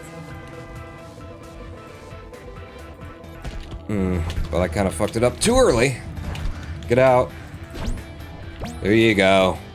That's the hit you want. 6.2.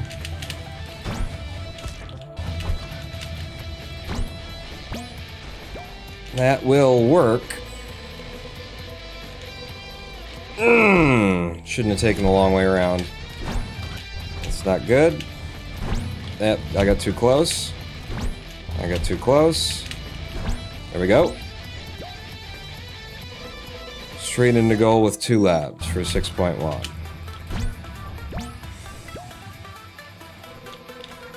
Straight into goal for 3 with 3 labs for 6.1.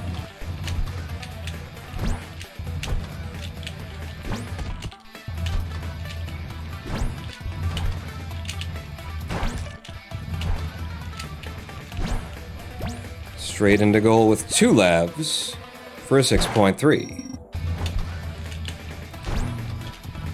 This is looking like the most consistent strategy that I've had yet. 2, 3. Takes a little bit longer to set up, losing some time with the setup. But consistency. You know, that didn't go in, but it could have. That's too low. That's good. Missed that. Stay up. Get down. Go in. 6.5. Yeah, I found my method.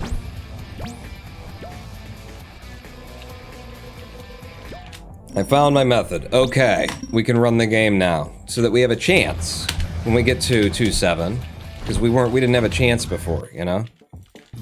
We got to 2.7, it was just luck, and it was worse than luck, because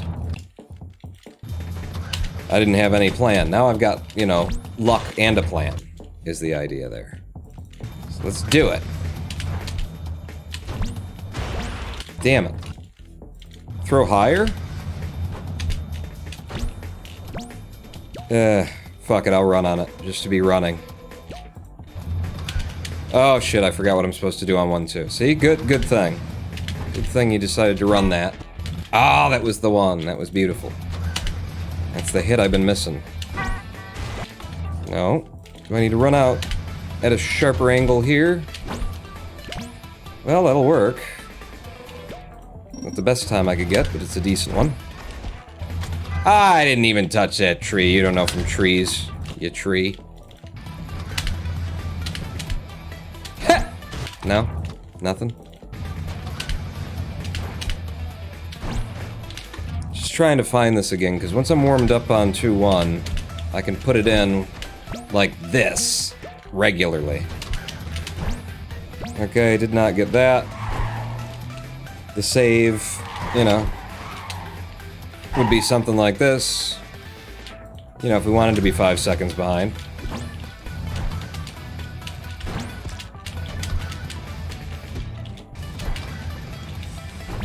This was a thing that we worked on yesterday, just to see if it was possible after watching the world record.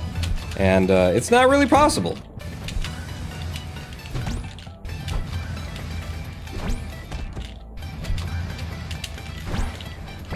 There you go. In with a 7. It's super, super hard. Okay, I will run on that for a sub 7. Thank you, just barely a sub 7. I didn't jump, I just got too low on that. Let me take that jump a little bit sooner.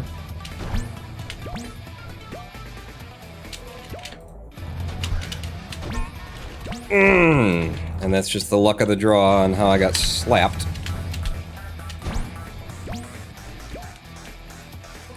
Kind of slow, but in. Okay. No, used too much lev to just get through the crux there. Get me down and in. God damn it, man. Every time I fucking practice something, I practice this, I get it ready, it's working, there, it's working again, but like, I feel like when you come in, it's bullshit. It's more random. And maybe again it comes down to being loaded into the levels a little bit awkwardly when you're coming from one level to the next. You do get a different start when you restart to go into a level than you do when you come in raw like that. Like, what the fuck just happened there? How did that turn into that?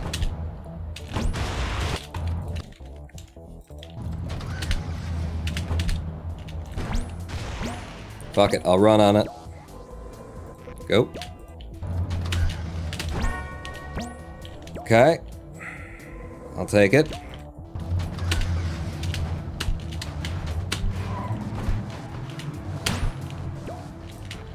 shit.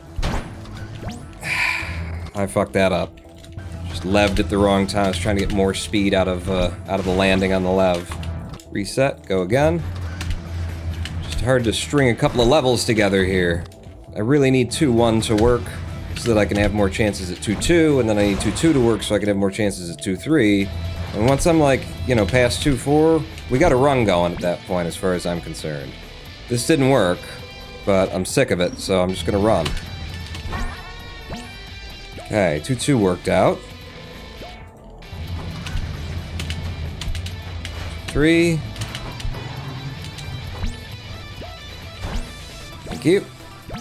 And in. 2-4. Shit. I've used too much lev. Okay, put it in. Still sub 9. 2-5. You did not give me the speed. Have to get it back here. Oh! I was too low. Too low, too flat coming into those logs.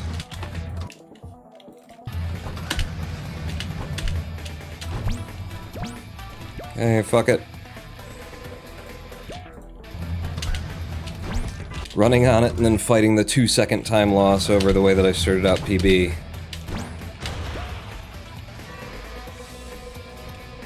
And again.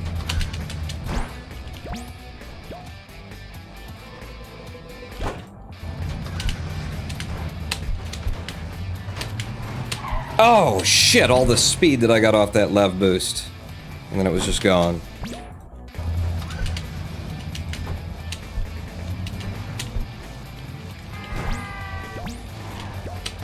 No! Hit the fucking truck and jump off of it, for fuck's sake.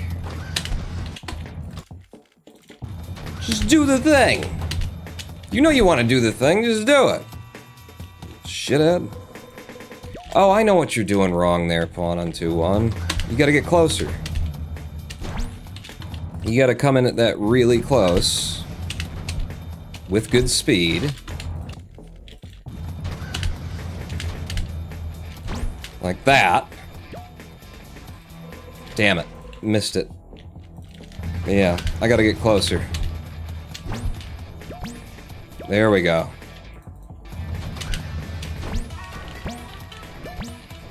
3, 4, 5. Oh, just barely made it. This is kind of what I like about Forest World Any Percent, is everything feels like really goddamn tight and close and dangerous and hard to pull off. Whoa! 2-5.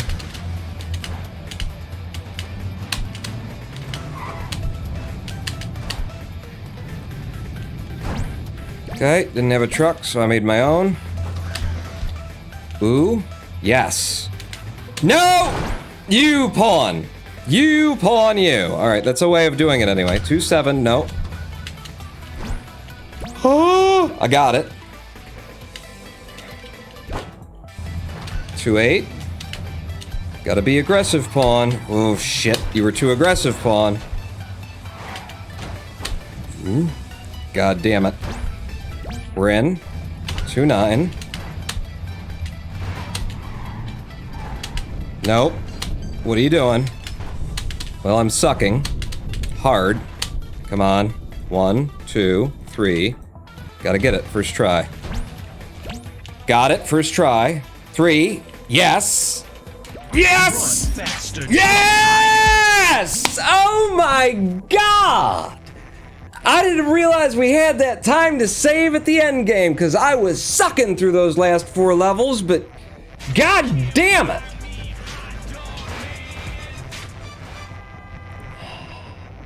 The Light Guy 89, thank you for the 100-bit cheer. I was here. I can't believe I got 2.2 seconds IGT off of that poor showing right at the end. Oh. Fucking yes! Fucking A! That is 4th rank. That is 4th rank. 127.8, 4th rank was a 128.1 by IGT when we timed it. It's close, but 0.3 of a second. I don't think that the IGT timing can be that far off. Wow. Got it. And I was sloppy through 2.9, I was sloppy through 2.8. There is still time to be saved just in the late game. I missed the first 2.7, right?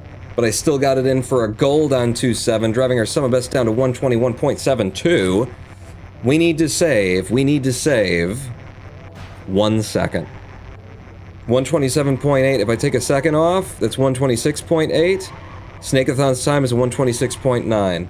If we can save 1 second... Stop making that sound, please. Stop it. If we can save 1 second, then we have potentially second place. We don't know what AJ's time is. It could be a little bit faster than there, but 1 second gets us third at least. That was fucking killer. I gotta watch that one again. What is that in RTA? By real time? 132.7. So it's 4th rank by IGT, but not 4th rank by RTA. That's my standard, my norm.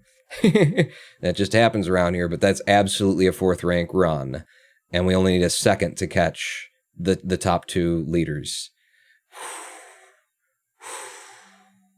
It's so fucking satisfying too. The grind on 1.7, I did it. I delivered it. You know? I came out, hit it. So, you know, if you stuck with me for 25 minutes, watch me just jump out, nope, jump out, nope, jump out, nope. This run is why that needed to be done. Save those splits. Bank those splits, save those splits. We need a live stream break. We've been here for 1 hour and 40 minutes without a live stream break, and we just got new PB and took 2.2 seconds off with a gold driving sum of best down to 121.72. That calls for a live stream break. 7-minute opportunity to pee, grab a snack, join me back here if you don't want to miss the second rank run when I take second rank with this by just saving 1 more second over what we just did. Don't go anywhere. Pawn not out.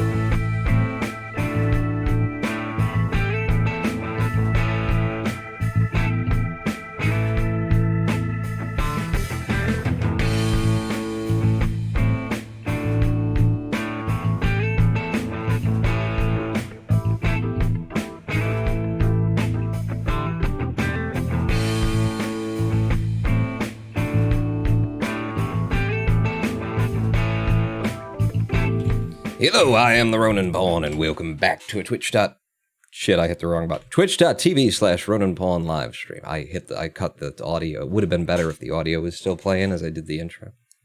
The welcome back. Welcome back! Sorry to make you choke on your burger, Dirt Racer. We just picked up another PB, saved 2.2 seconds over our last PB, and now have 4th place by IGT timing, which is the timing that we care about most in Clustertruck.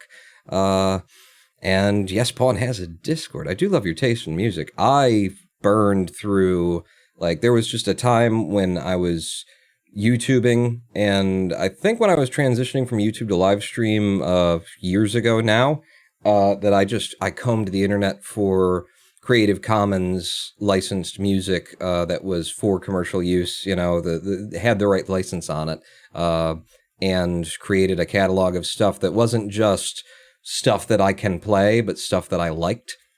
There's a couple of things in there that aren't things that I particularly like, but I had a use for them at some point, so they're mixed in. Occasionally you'll hear something that's kind of, But, what the hell? Variety is the spice of life. Congratulations, now go faster. Well, I don't want to make you choke on anything else. Are you out of burgers? What I want to do is I want to stop this recording and then restart this recording. And I want to look back at that and see what we just did and see, how we did it and what I have to run against in order to pick up that 1 second time save that we still need. So I'm going to mute it. I'm going to bring over the live stream we are currently watching, but this is the instant replay. So we're going to be back to here and there, and then back a bit more, back a bit more, back a bit more. And then, yeah. So I'll just start tabbing back to, is that it? That's the run. Let's see what it is that we just ran in that I now have to beat. And I will unmute, but I'll put the volume down to where there's not much going on. And I will also do the thing that we usually do when we review, which is I'll take live split down so you can see live split timing and the input overlay so you can see the one while we were running. So let's go. We get into 2-1. I get in nice and close and hit it and get thrown here for a 5.4. It's going to be, that is the best that I can do with that. This one's a little bit slower than it could be for a 5.8. Good. Wherever it's slow, it's a place where I can pick up a little bit of time. Cross U, definitely not the ideal, and we got a little touch there, which means I can pick up a second probably on that level alone, if we can get it. And then down here, I didn't do that movement very quickly either, but I managed to save it for the 8.7, so I could get another half-second time save there if I moved a little bit better. Crossed here, also a bit slow. Didn't have a truck to land on either, so we're in with a 10.7. I can save time there. This actually worked out for me for once, except for I fucked it up. So there's time to be saved there. Oh, this is good. This is very good. How the hell do I get 4th place with this? 1 reset after coming into the level, and I immediately get this. This is going to be the hardest thing. When we get to 2.7, that's the big choke point. I've basically got 9 seconds to get through there, or I'm screwed. But again, messing up here, you know, not getting the best set of movements, out in 11.5. 2.9. All right, messed up here as well. Oh yeah, this is easy to beat, he says. It really will come down to 2.7 if I can get through 2.7 in one try while running just a little bit better. And then, of course, we got to get 2.10 first try. Okay. Okay, that is actually very, very weak kind of a run. Stop being so good. Thank you. As I'm saying, it's a weak run, but, like, to my standards, there's a lot of time saved there. A lot of time saved. There's, you know, without having to stress myself out, pick up 0.2 of a second across 5 or 6 of the levels that I didn't do as fast as I could, and we're there. We're there. So that's good. That's encouraging. We're still there. Yeah, that's very encouraging. Put the live split back up. Put the input overlay back up. And let's get back to the run. Knowing what we have to do here. Okay, let me also drop that so that I can see everything I need to see. You're done eating? Okay. So you won't choke on anything when I nail this for a 5.5. It's not. It's a little bit slower. That would have been good if it went in the right direction. That's the kind of thing we need to pin together. We need to get a good opening over here with lots of speed, a sub 6. I can't accept anything that's not a sub 6 now. Like, that won't go, because that's going to be more like a 7 second. But I need to start this out. Ooh, you said sub 6, Pawn. Were you lying? I was lying. 6.4. We'll take it. There's so much time to save elsewhere. We just saved some of it right there. 2.3. Gotta get lucky. Didn't find anything to hit. Didn't find anything to connect with, and I need speed through 2.3. If this is gonna work, that won't work. I find it funny how now pawn overlap with past pawn. Sorry. Do I over... I didn't mess up the stream somehow, did I? Go. Okay. Gotta get close. Gotta drive straight into this that little spot right there. Get the throw. That's not the best. That's too slow. I can't accept a 7-second start. You gotta get down, get down, get down. Okay, good. We can run on that. We can run on this. 2, 3, 4. Very similar to how we started out the last one. Both of those. Oh, shit. Alright, this is time loss. Just get it in, pawn. Fast as you can. In 2-4, do this right, do this well. Need a lev boost there. Woohoo. Okay, it's the same. Same clear time now, because the ending was so... Ugh. We can pull back time here. I don't think we did. But I'm in. Oh, no reset! I was trying to save the time without resetting. Fuck. Being in that position, the only way that I could think of to still come out with a decent time was to try for a mega jump there. So... we start again. No. Too slow. Too slow. Just when you watch your past record, you pause it in a place that the green screen shows your past and present. If you think about future you in that stream at the same time. Hit! There we go. Gotta get down, though. Get down, get down, get down. Thank you. A little bit slower than PB. This will be a little bit faster than PB, though. For 5-0, so maybe they balance out.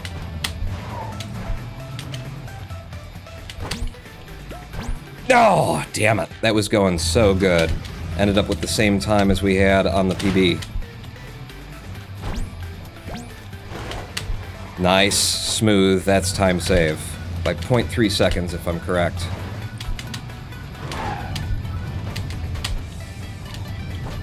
No! Ah, wow, 1.1 seconds ahead. Really? I had no idea. Ooh, I feel very good about our chances right now. Very good about our chances, having seen that 1.1 seconds ahead. That just doesn't even figure, to my mind.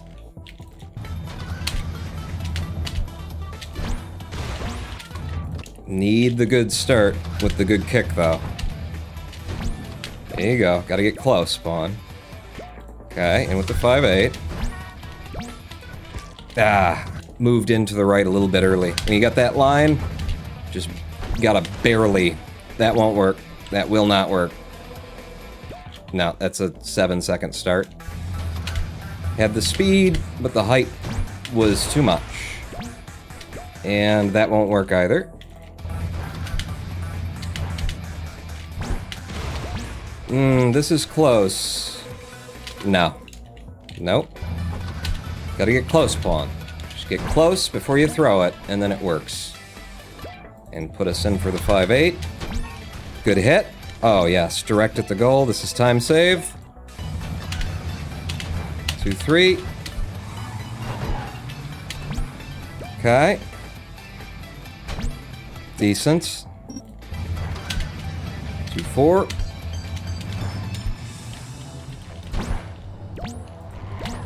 Nice. Clean, smooth, buttery. Damn it, I'm already thinking about 2-7. Don't think about 2-7, you gotta worry about 2-6. Good. We got the good 2-6 opening. And go straight to goal. Smoothly, cleanly. Now 2-7. No!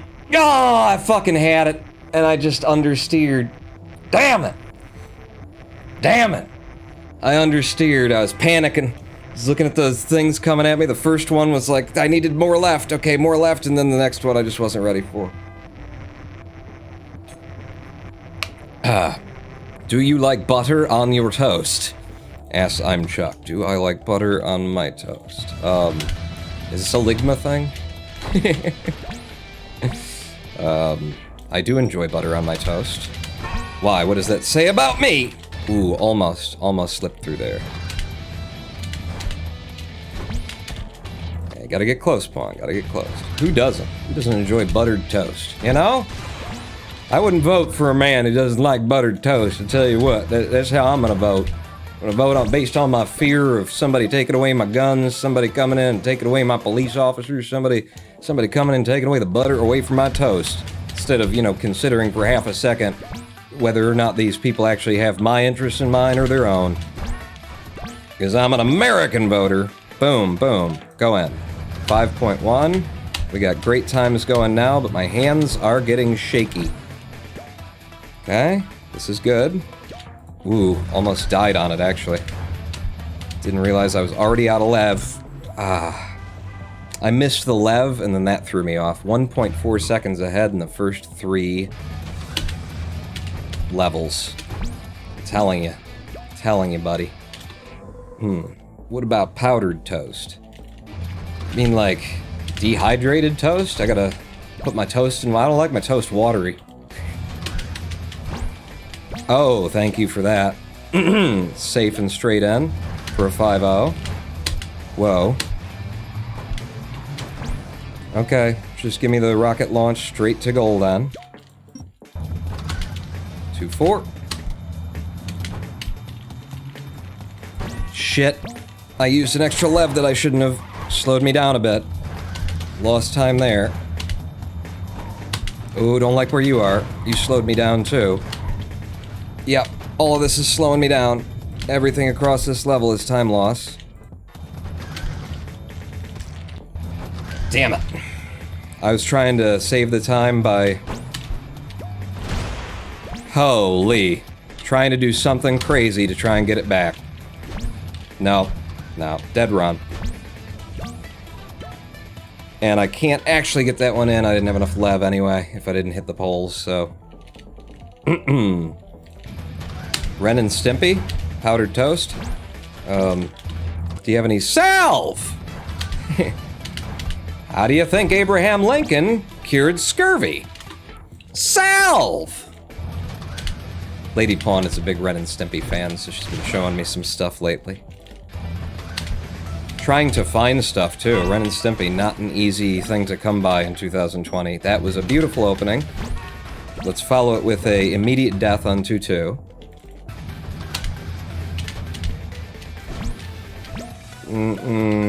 No, you don't need it? Don't take it.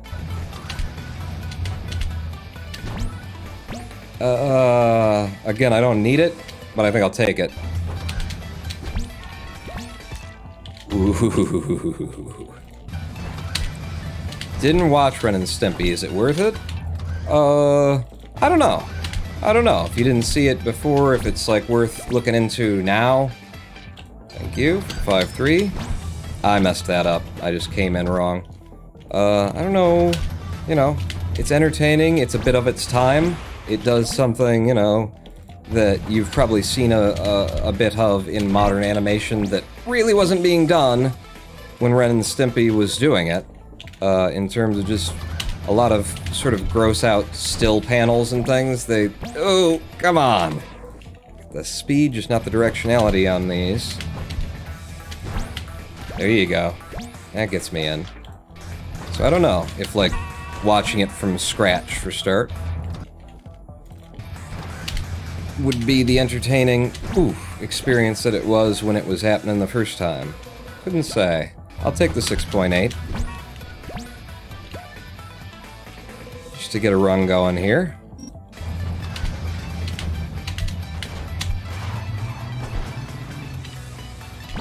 Ooh, if you would have just let me keep the speed on that. If you would have let me, you know, get some speed off of that. No, no, no, no. Okay. It's not good, but it ain't bad. Especially followed by that. That'll even it out a little bit. What we lost and what we gained. Over PB. Nice. Oh, so nice. For the 8-1.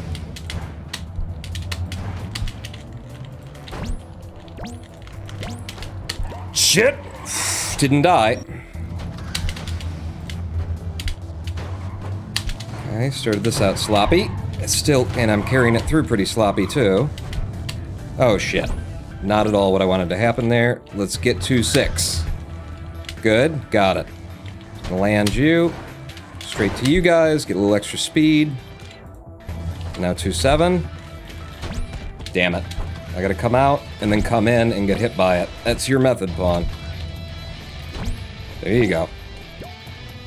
Ah, really hard to feed that through. But we were on time, on pace. We can do this. As you clearly see. No. Nah, it takes too long to get down. Also, I was dead in that tree. Beautiful. Good start. Okay, good hit. Good follow-up on 2-2.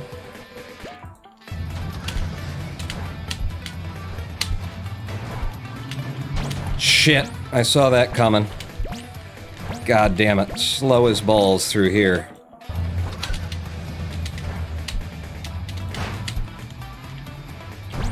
I see you guys doing your you guys thing. Oh my god! I managed to somehow get through there. That was just the game being kind to me. Ah, fuck. Get in. 2-6. Need it. Didn't get it.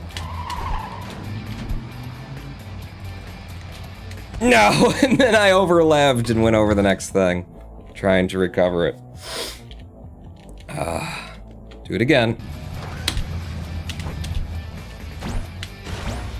No, sir. No, sir. No, sir. I don't like it. That's Ren and Stimpy. Come on, go. Damn it. Need to be closer, I guess, before I throw. Yeah, no, can't do that either. There you go. Yep, needed to be closer. Bring her in. Are you kidding me? I started going for the fucking next level button. I was so deep in the goddamn level cube. Don't lie to me, you piece of shit. I know where I am. Started dragging my mouse down to where I need to be to click next level.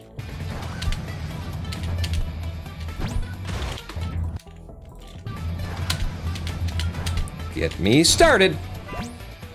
Need to be closer, Pawn. Got a tendency to throw it In a certain place, you need to be even closer than you think.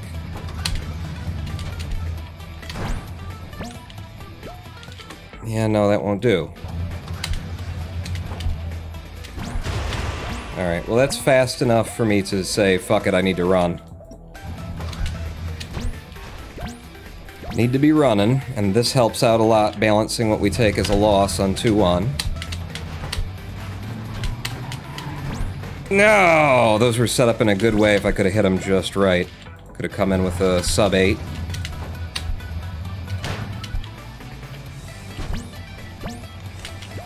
Nope! Fuck. That's time lost instead of time save, which was possible there. Ah, what were you doing? Improvising something? Because I knew we needed time? Okay, I don't know what you're doing with just running off of the end and just dying instead of hitting the jump button. There you go. Ooh, this is gonna be really fast. No? 5-7? That seems unlikely. Managed to just squeeze my way through there.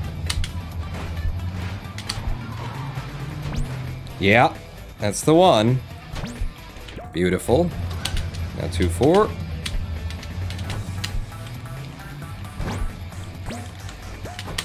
Okay, just another touch off of a truck to make sure we get in. 2-5. I know we're carrying green time now.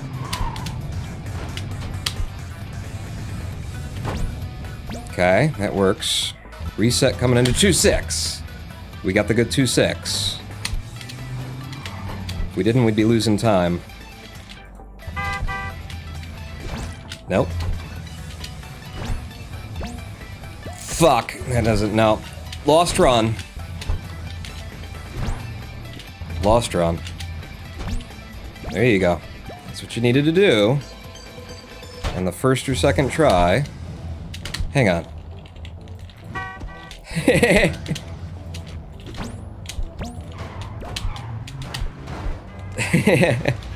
You know, there's a chance we get that incredibly difficult PTB, and then we're in.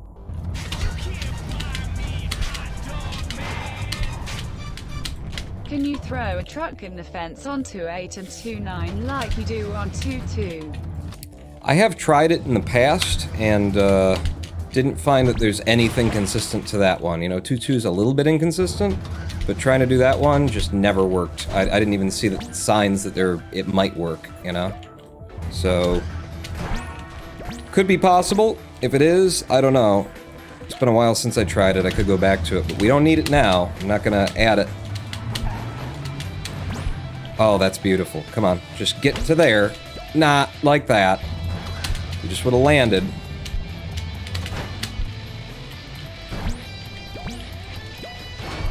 Ooh! Got through with the 8-7 though. Believe that's a time save. Go under. Just for the swag. And because they set me up for it. Okay, we got the 2-6 with a reset. Got stuck on the next level screen though. Nope.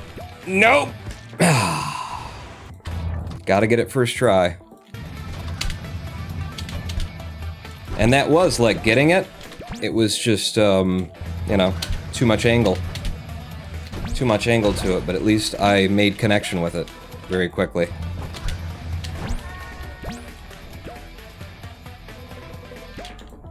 Nice 5-1 there. Shit. Lost all my speed. Fuck! Give me a fucking magnetic wall climb, you shithead. I know what I was going for. Too much angle on the dangle. Indeed. Control-Alt-Delete my life. Oh! Welcome to the stream, unless you've been here and I just haven't noticed. Shit. You distracted me, Control-Alt-Delete my life. I fucked up 2-2. Too far out to the right. The time it takes me to float back and then hit the goal makes that a non-starter. Almost. There you go. That'll do. It's not as fast as it could be. Ooh, that was a weird way to start it. I liked it. But I didn't know what to do with it. I actually started with a right strafe. Oh, that's brilliant. Click the button. One lev only for a sub 5. Let's go. And by let's go, I mean let's go, because I need to make use of that. Thank you.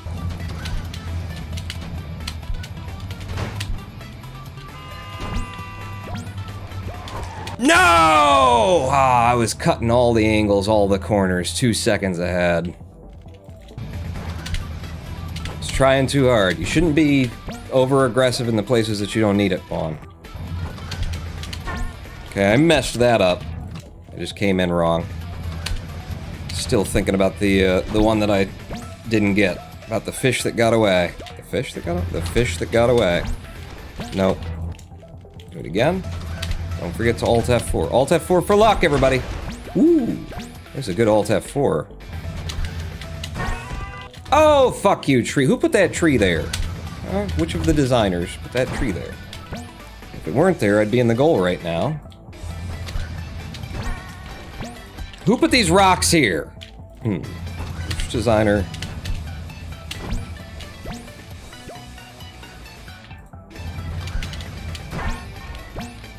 Damn it. Who put this fence here?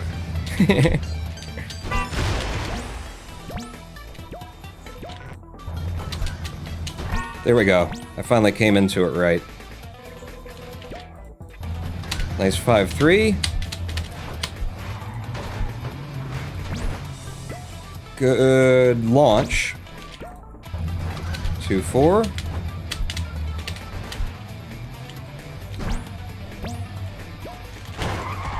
Ah! I was trying to, you saw I didn't hit the jump button. I was trying to like just stick to the side of him. There was a gap without any trucks.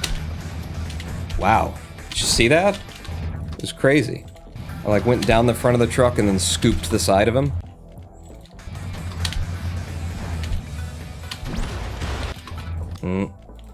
Boy, I was on with my 2-1 opens for a second there. And I was noticing that it, like, if you maintain the angle, it's better. If you come into it, nose first, at a bit of a 45, it hits you in the right direction toward the goal. Like, I've been doing it for a while without knowing what's going on. Now that I know what's going on, it's not helping. I'm throwing too low. I need a little bit more height on where I actually throw it, maybe? Nope. Remember, you gotta be close, Spawn. You gotta be real close. It's not good. It's not good. I need a sub 6. I want a sub 6, anyway. There you go. Okay, that was very sloppy coming in, but I managed to recover it. And it's a 5-0, so that's nice. Damn it. Alright, just launch me up and over, and in. For a slower time, but at least it's in. Oh, you just ate all my speed. I don't know what just happened there. Did I hit like a truck in midair? In order to get that extra loft? I don't know what I saw. Okay, this'll do. Reset, coming into 2-6. Get me up to this truck, please. Thank you. We're in there, 2-7. Nope. Nope. There we go. But we lost too much time. Ooh, and it's gonna be really close. Damn it. Lost too much time to trying to reset it. Who put these rocks here? The lead rock designer. Who put this fence here? The lead fence designer. Who put this tree here? The lead tree designer. That would be fun, holy shit, to do with your, like, game credits, you know? Trees by the lead tree designer, rocks by the lead rock designer. Okay, that was... We started out really fast, and then 2-2 took everything back that we had gotten with that. Ooh, but this helped. That helped. Now 2-4. Good. Got the speed. There's a truck here that I somehow overshot. Fuck. I don't think I overshot it, but the game does. So, holy! That would have been a sub 5. Damn it. Never fear, Pawn, the support's here. First, here we come. And Krebel, welcome. But first, no. Second. Second, yes. Going for second. God damn it, I came in wonk. In the full game? Were I doing that? I only lose 3 point some seconds. With that recovery. Wow, that was actually really good. Oh my god, what if I PB'd on this? Managed to, like, come in even after taking that jump! Save all the time everywhere else after taking that ridiculous loss. He landed the truck, you heard him land the truck. It just decided not to actually give me the jump that I had earned by landing that truck.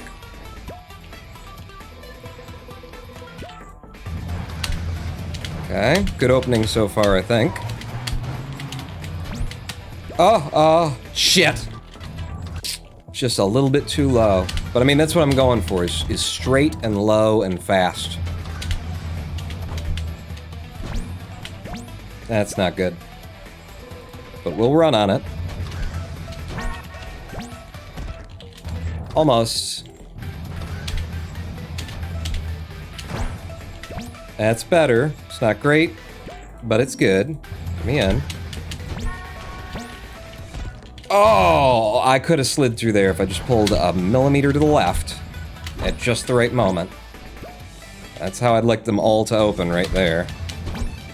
Okay, that sucked.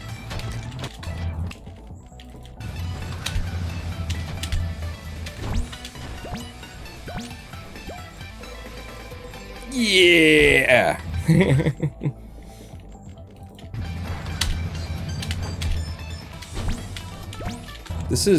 I'm shocked at how consistent this 2-1 opening is getting, though. Like, being able to hit it in this direction that damned fast. Kinda crazy. Okay, just height? No speed? No distance? Cool.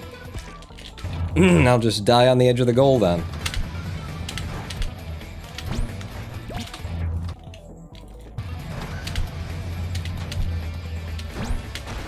Okay, I need you to come down.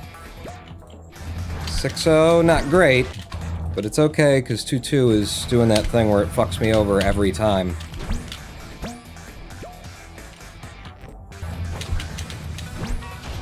Damn it! That was the perfect setup! Just randomly decided not to jiggle as hard as I needed you to jiggle. There's a 5.2 to open, and you motherfucker! Quit it, 2-2! Hit me! Hit me! Hit me! Hit me! What the fuck?! I can't get a decent hit out of fucking 2-2. That was 1. That was 2. That was 3. That was 4. Alright. Sometimes you just gotta reset on a certain level. And then you lose it on the other level that you've mastered. Move your mastery over to the other level. Killing every 2-1 attempt, fucking up every 2-2 attempt. Now I can't get the 2-1. When the 2-2 comes in, I'll have forgotten what I was doing on 2-2. Fuck.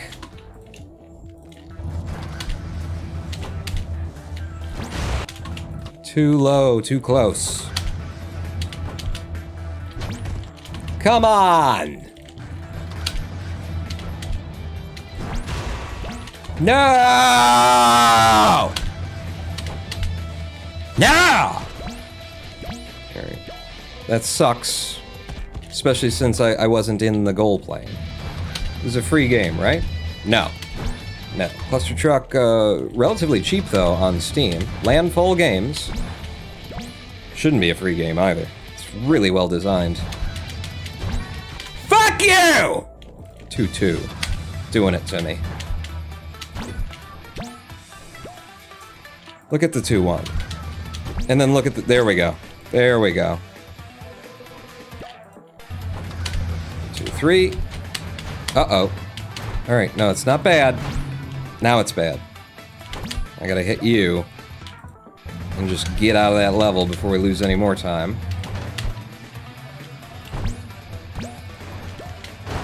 Ah, get out of my way. Land the tops of them. It's still an 8-5.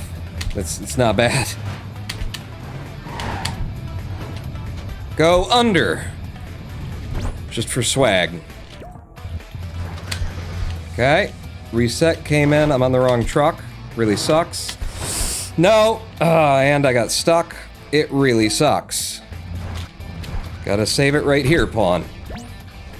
Might have done. Did it. Click. My RTA time is gonna look like shit if this comes in. Nice. Decent, anyway. Oh yeah, all the next level clicks sucked.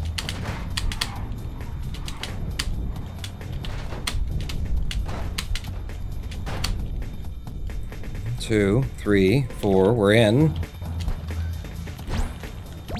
That's straight in. Ugh. Run faster, jump. Holy shit! No way! No way! That can't be right! There's no fucking way! 125.8? Live split broke! It didn't record all the time. There's no fucking way! God damn! Fucking epic. Fucking epic indeed! That's a second faster than Snakeathon's IGT, 2.0 seconds taken off of PB. That's gotta be second place! No fucking way! That's insane! How did I gold 2.9? That wasn't a gold 2.9 run! That 210 took me forever to fucking set up. It's wrong. It has to be wrong. I don't want it to be. It's gotta be wrong. Jerry! Sorry. I demand a recount. Me too. Holy shit. I thought maybe I'd get like an extra 0.3 of a second if I finished that run. Looking up and seeing it sub 126 was not even an option on my table. We were not 1.9 seconds ahead in 2.9. No way. Didn't happen. Except for apparently it did. Run it in my analyzer? No, I think I'll just trust that. That's good. I like that. That reads well. I think we're fine. Holy Balzac. So what is it by my RTA time is going to be horrible. It'll be 5th. Flip over to see what real time is. 1:31.9. Ooh, really? No way! No fucking way! Is my RTA a 1/10 of a second, not even a 1/10 of a second off of Snakeathon's RTA? No fucking way! None of this makes sense to me, looking at these numbers. God damn, I cannot believe that's the run.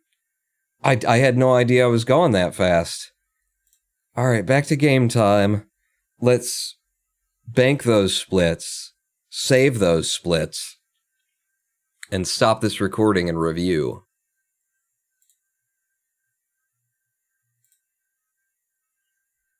Ready? Okay.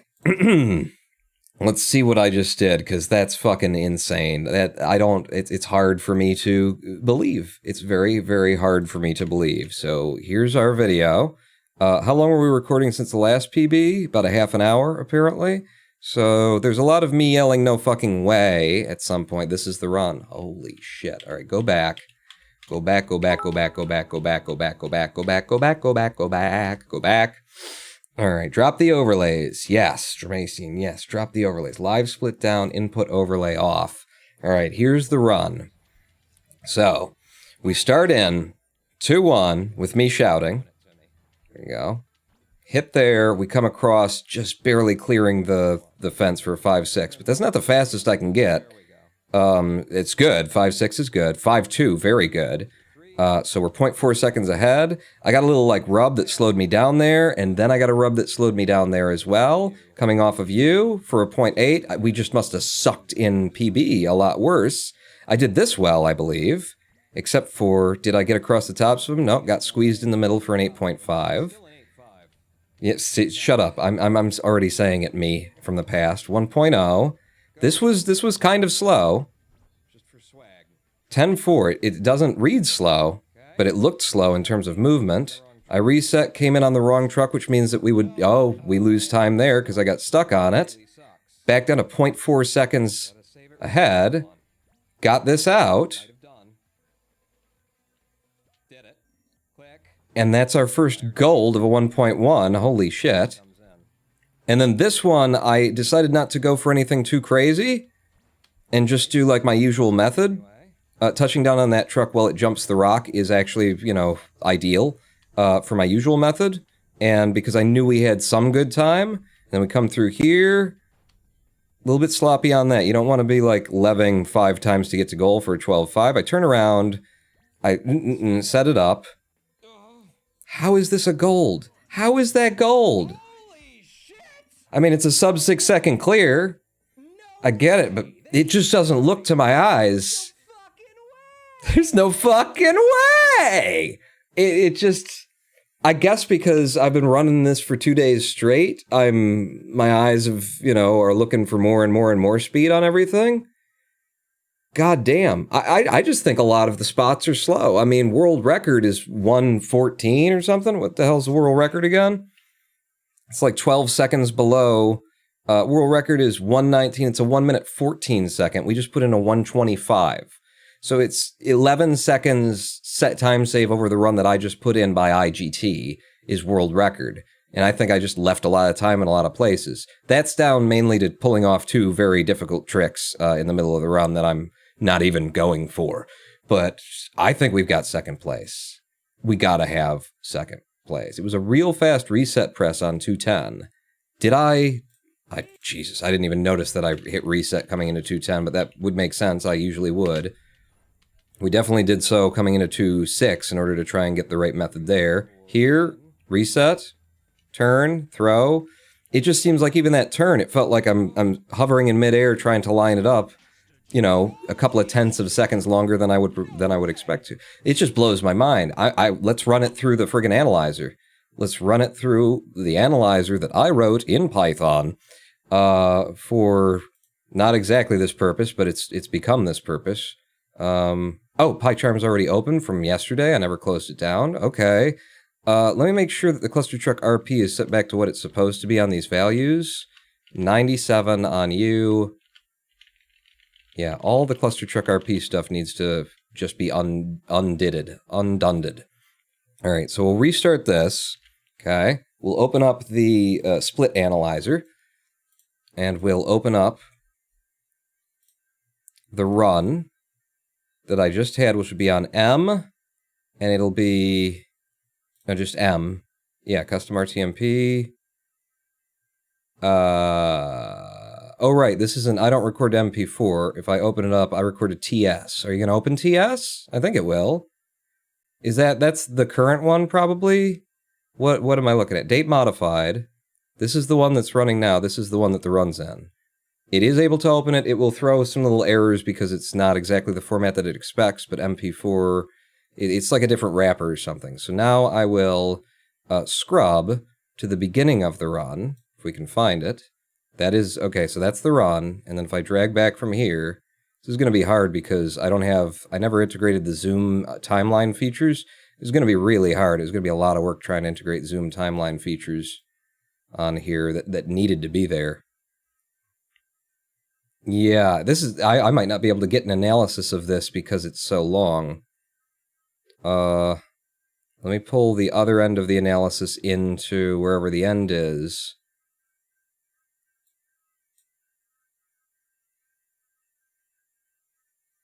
I don't know that that's the beginning of the run, but let's click Analyze and see what happens.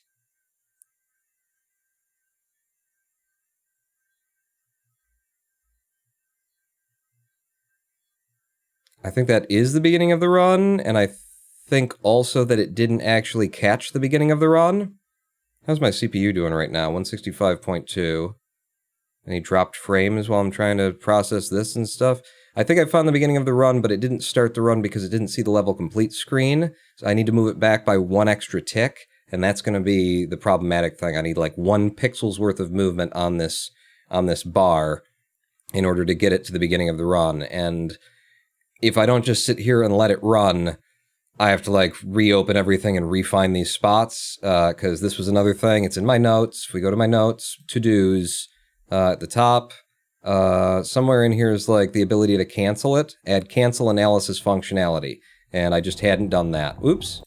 I hadn't done that. I hadn't built the analyze button to flip and become a cancel button so that it would stop in the middle if you wanted to. So we have to sit here and wait for it to analyze this in ostensibly real time. It looks like it's a little bit slower than real time, actually. Possibly because it's throwing so many of these null errors, and it's not because of the null errors as much as it is because it's printing all of the null errors. If it weren't printing them, then it would run faster. So this kind of sucks, is what I'm saying. This kind of sucks. And it's only going to get worse to have to do it. Damn, I don't think I'm going to be able to get that today. So we're just going to skip on it. Just going to skip on it, and we're going to trust the time that I got until I can, like, edit it down and parse it.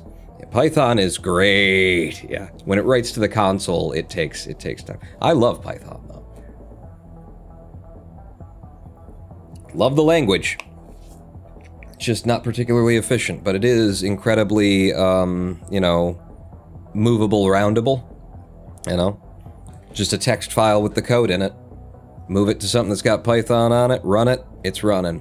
Das Postman rating with a party of 3. Welcome, Das Postman, and all of your party. Would you like seating in the back? Do you want a booth? Or I've got a table available now. If you want a booth, probably like 7 minutes, maybe 15 at the max. They're definitely wrapping up. I could seat you at the bar while you're waiting. Welcome, Das Postman. Posty rate of no one.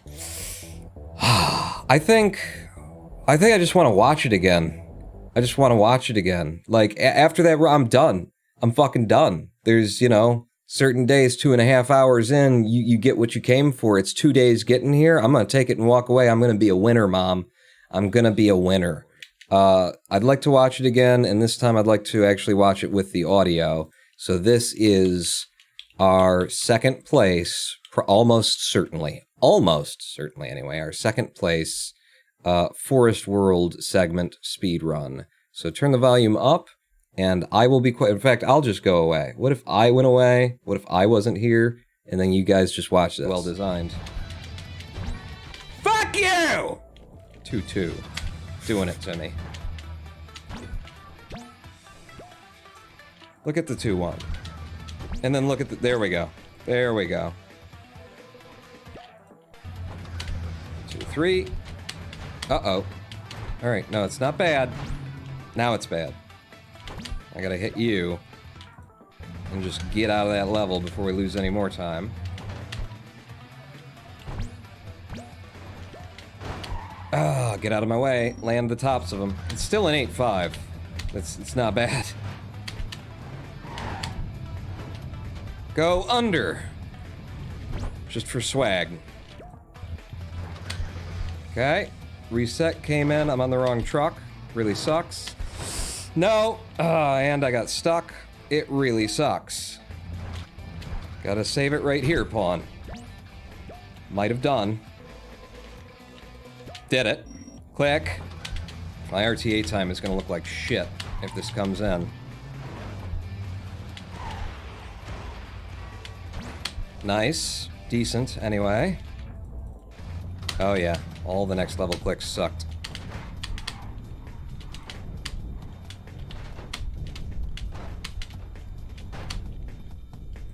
Two, 3, 4, we're in. That's straight in. Ugh. Run faster, jump. Holy shit! No way! No way! Way. way. There's our run, 125.8, and fuck, the error on 2.6 cost me a second. It cost me a second. A little bit more than a second if I would have gotten the best version of getting out of 2.6. So, you know, this 125.8 could have been a 124.8 easily if I just wouldn't have choked on, like, the easy level. When I came up and landed on the evens, you know, that's how I think of 2.6. 2.6 is the one where you go up the side and then you get on the ones up there and then you go in and there's evens and odds. You want to be on the odds, and really you just want to land on the third row of trucks back. I landed on the fourth row of trucks back, which means that the safe thing to do is land the fourth, take a jump to the second, and then a little hop to the first and then go. I was trying to do something to be speedier than having to take that little hop. And in trying to be speedier than just doing the safe thing and taking a little hop, I fucked up, got stuck on the back of the truck, and we lost an entire second. But if you come down on the third truck, then you can, or the third row of trucks back on the odds, then you can take one jump to the front truck and then just go straight to goal. So that's ideal. Jermaine clipping that Pawn's new PB 125.84. Thank you so much. I mean, that's it. That's it. We're done for the day. It's a shorter live stream, but, you know, when you're crushing it like I am, you're crushing it like I am. What are you going to do? You know, I could keep going on a different world or something, but I want to walk away a winner. I want to walk away feeling great with a 125.8. Here is for the 4 gold of today. Just 4 golds today, and 3 of them in my PB, in my second place run. Is that what happened? Yeah. I am the Ronin Pawn, and thank you, Little Magnets, for the 200 bits. The longest mic drop ever. Is that just me? Just 3 golds on levels that I didn't think I was getting golds on any of those. Those are insane. Those are insane. Thank you all for coming out. Thank you for sticking with me across 2 days of World 2 Clustertruck. Shorter stream today because, you know, you just add the 2.5 hours that we were live today running it to the 6 hours yesterday. 8.5 hours grind is all it took to take second place. Probably. I'm going to go analyze that run. I'll see you back here next time. That's Pawn out. Pawn out.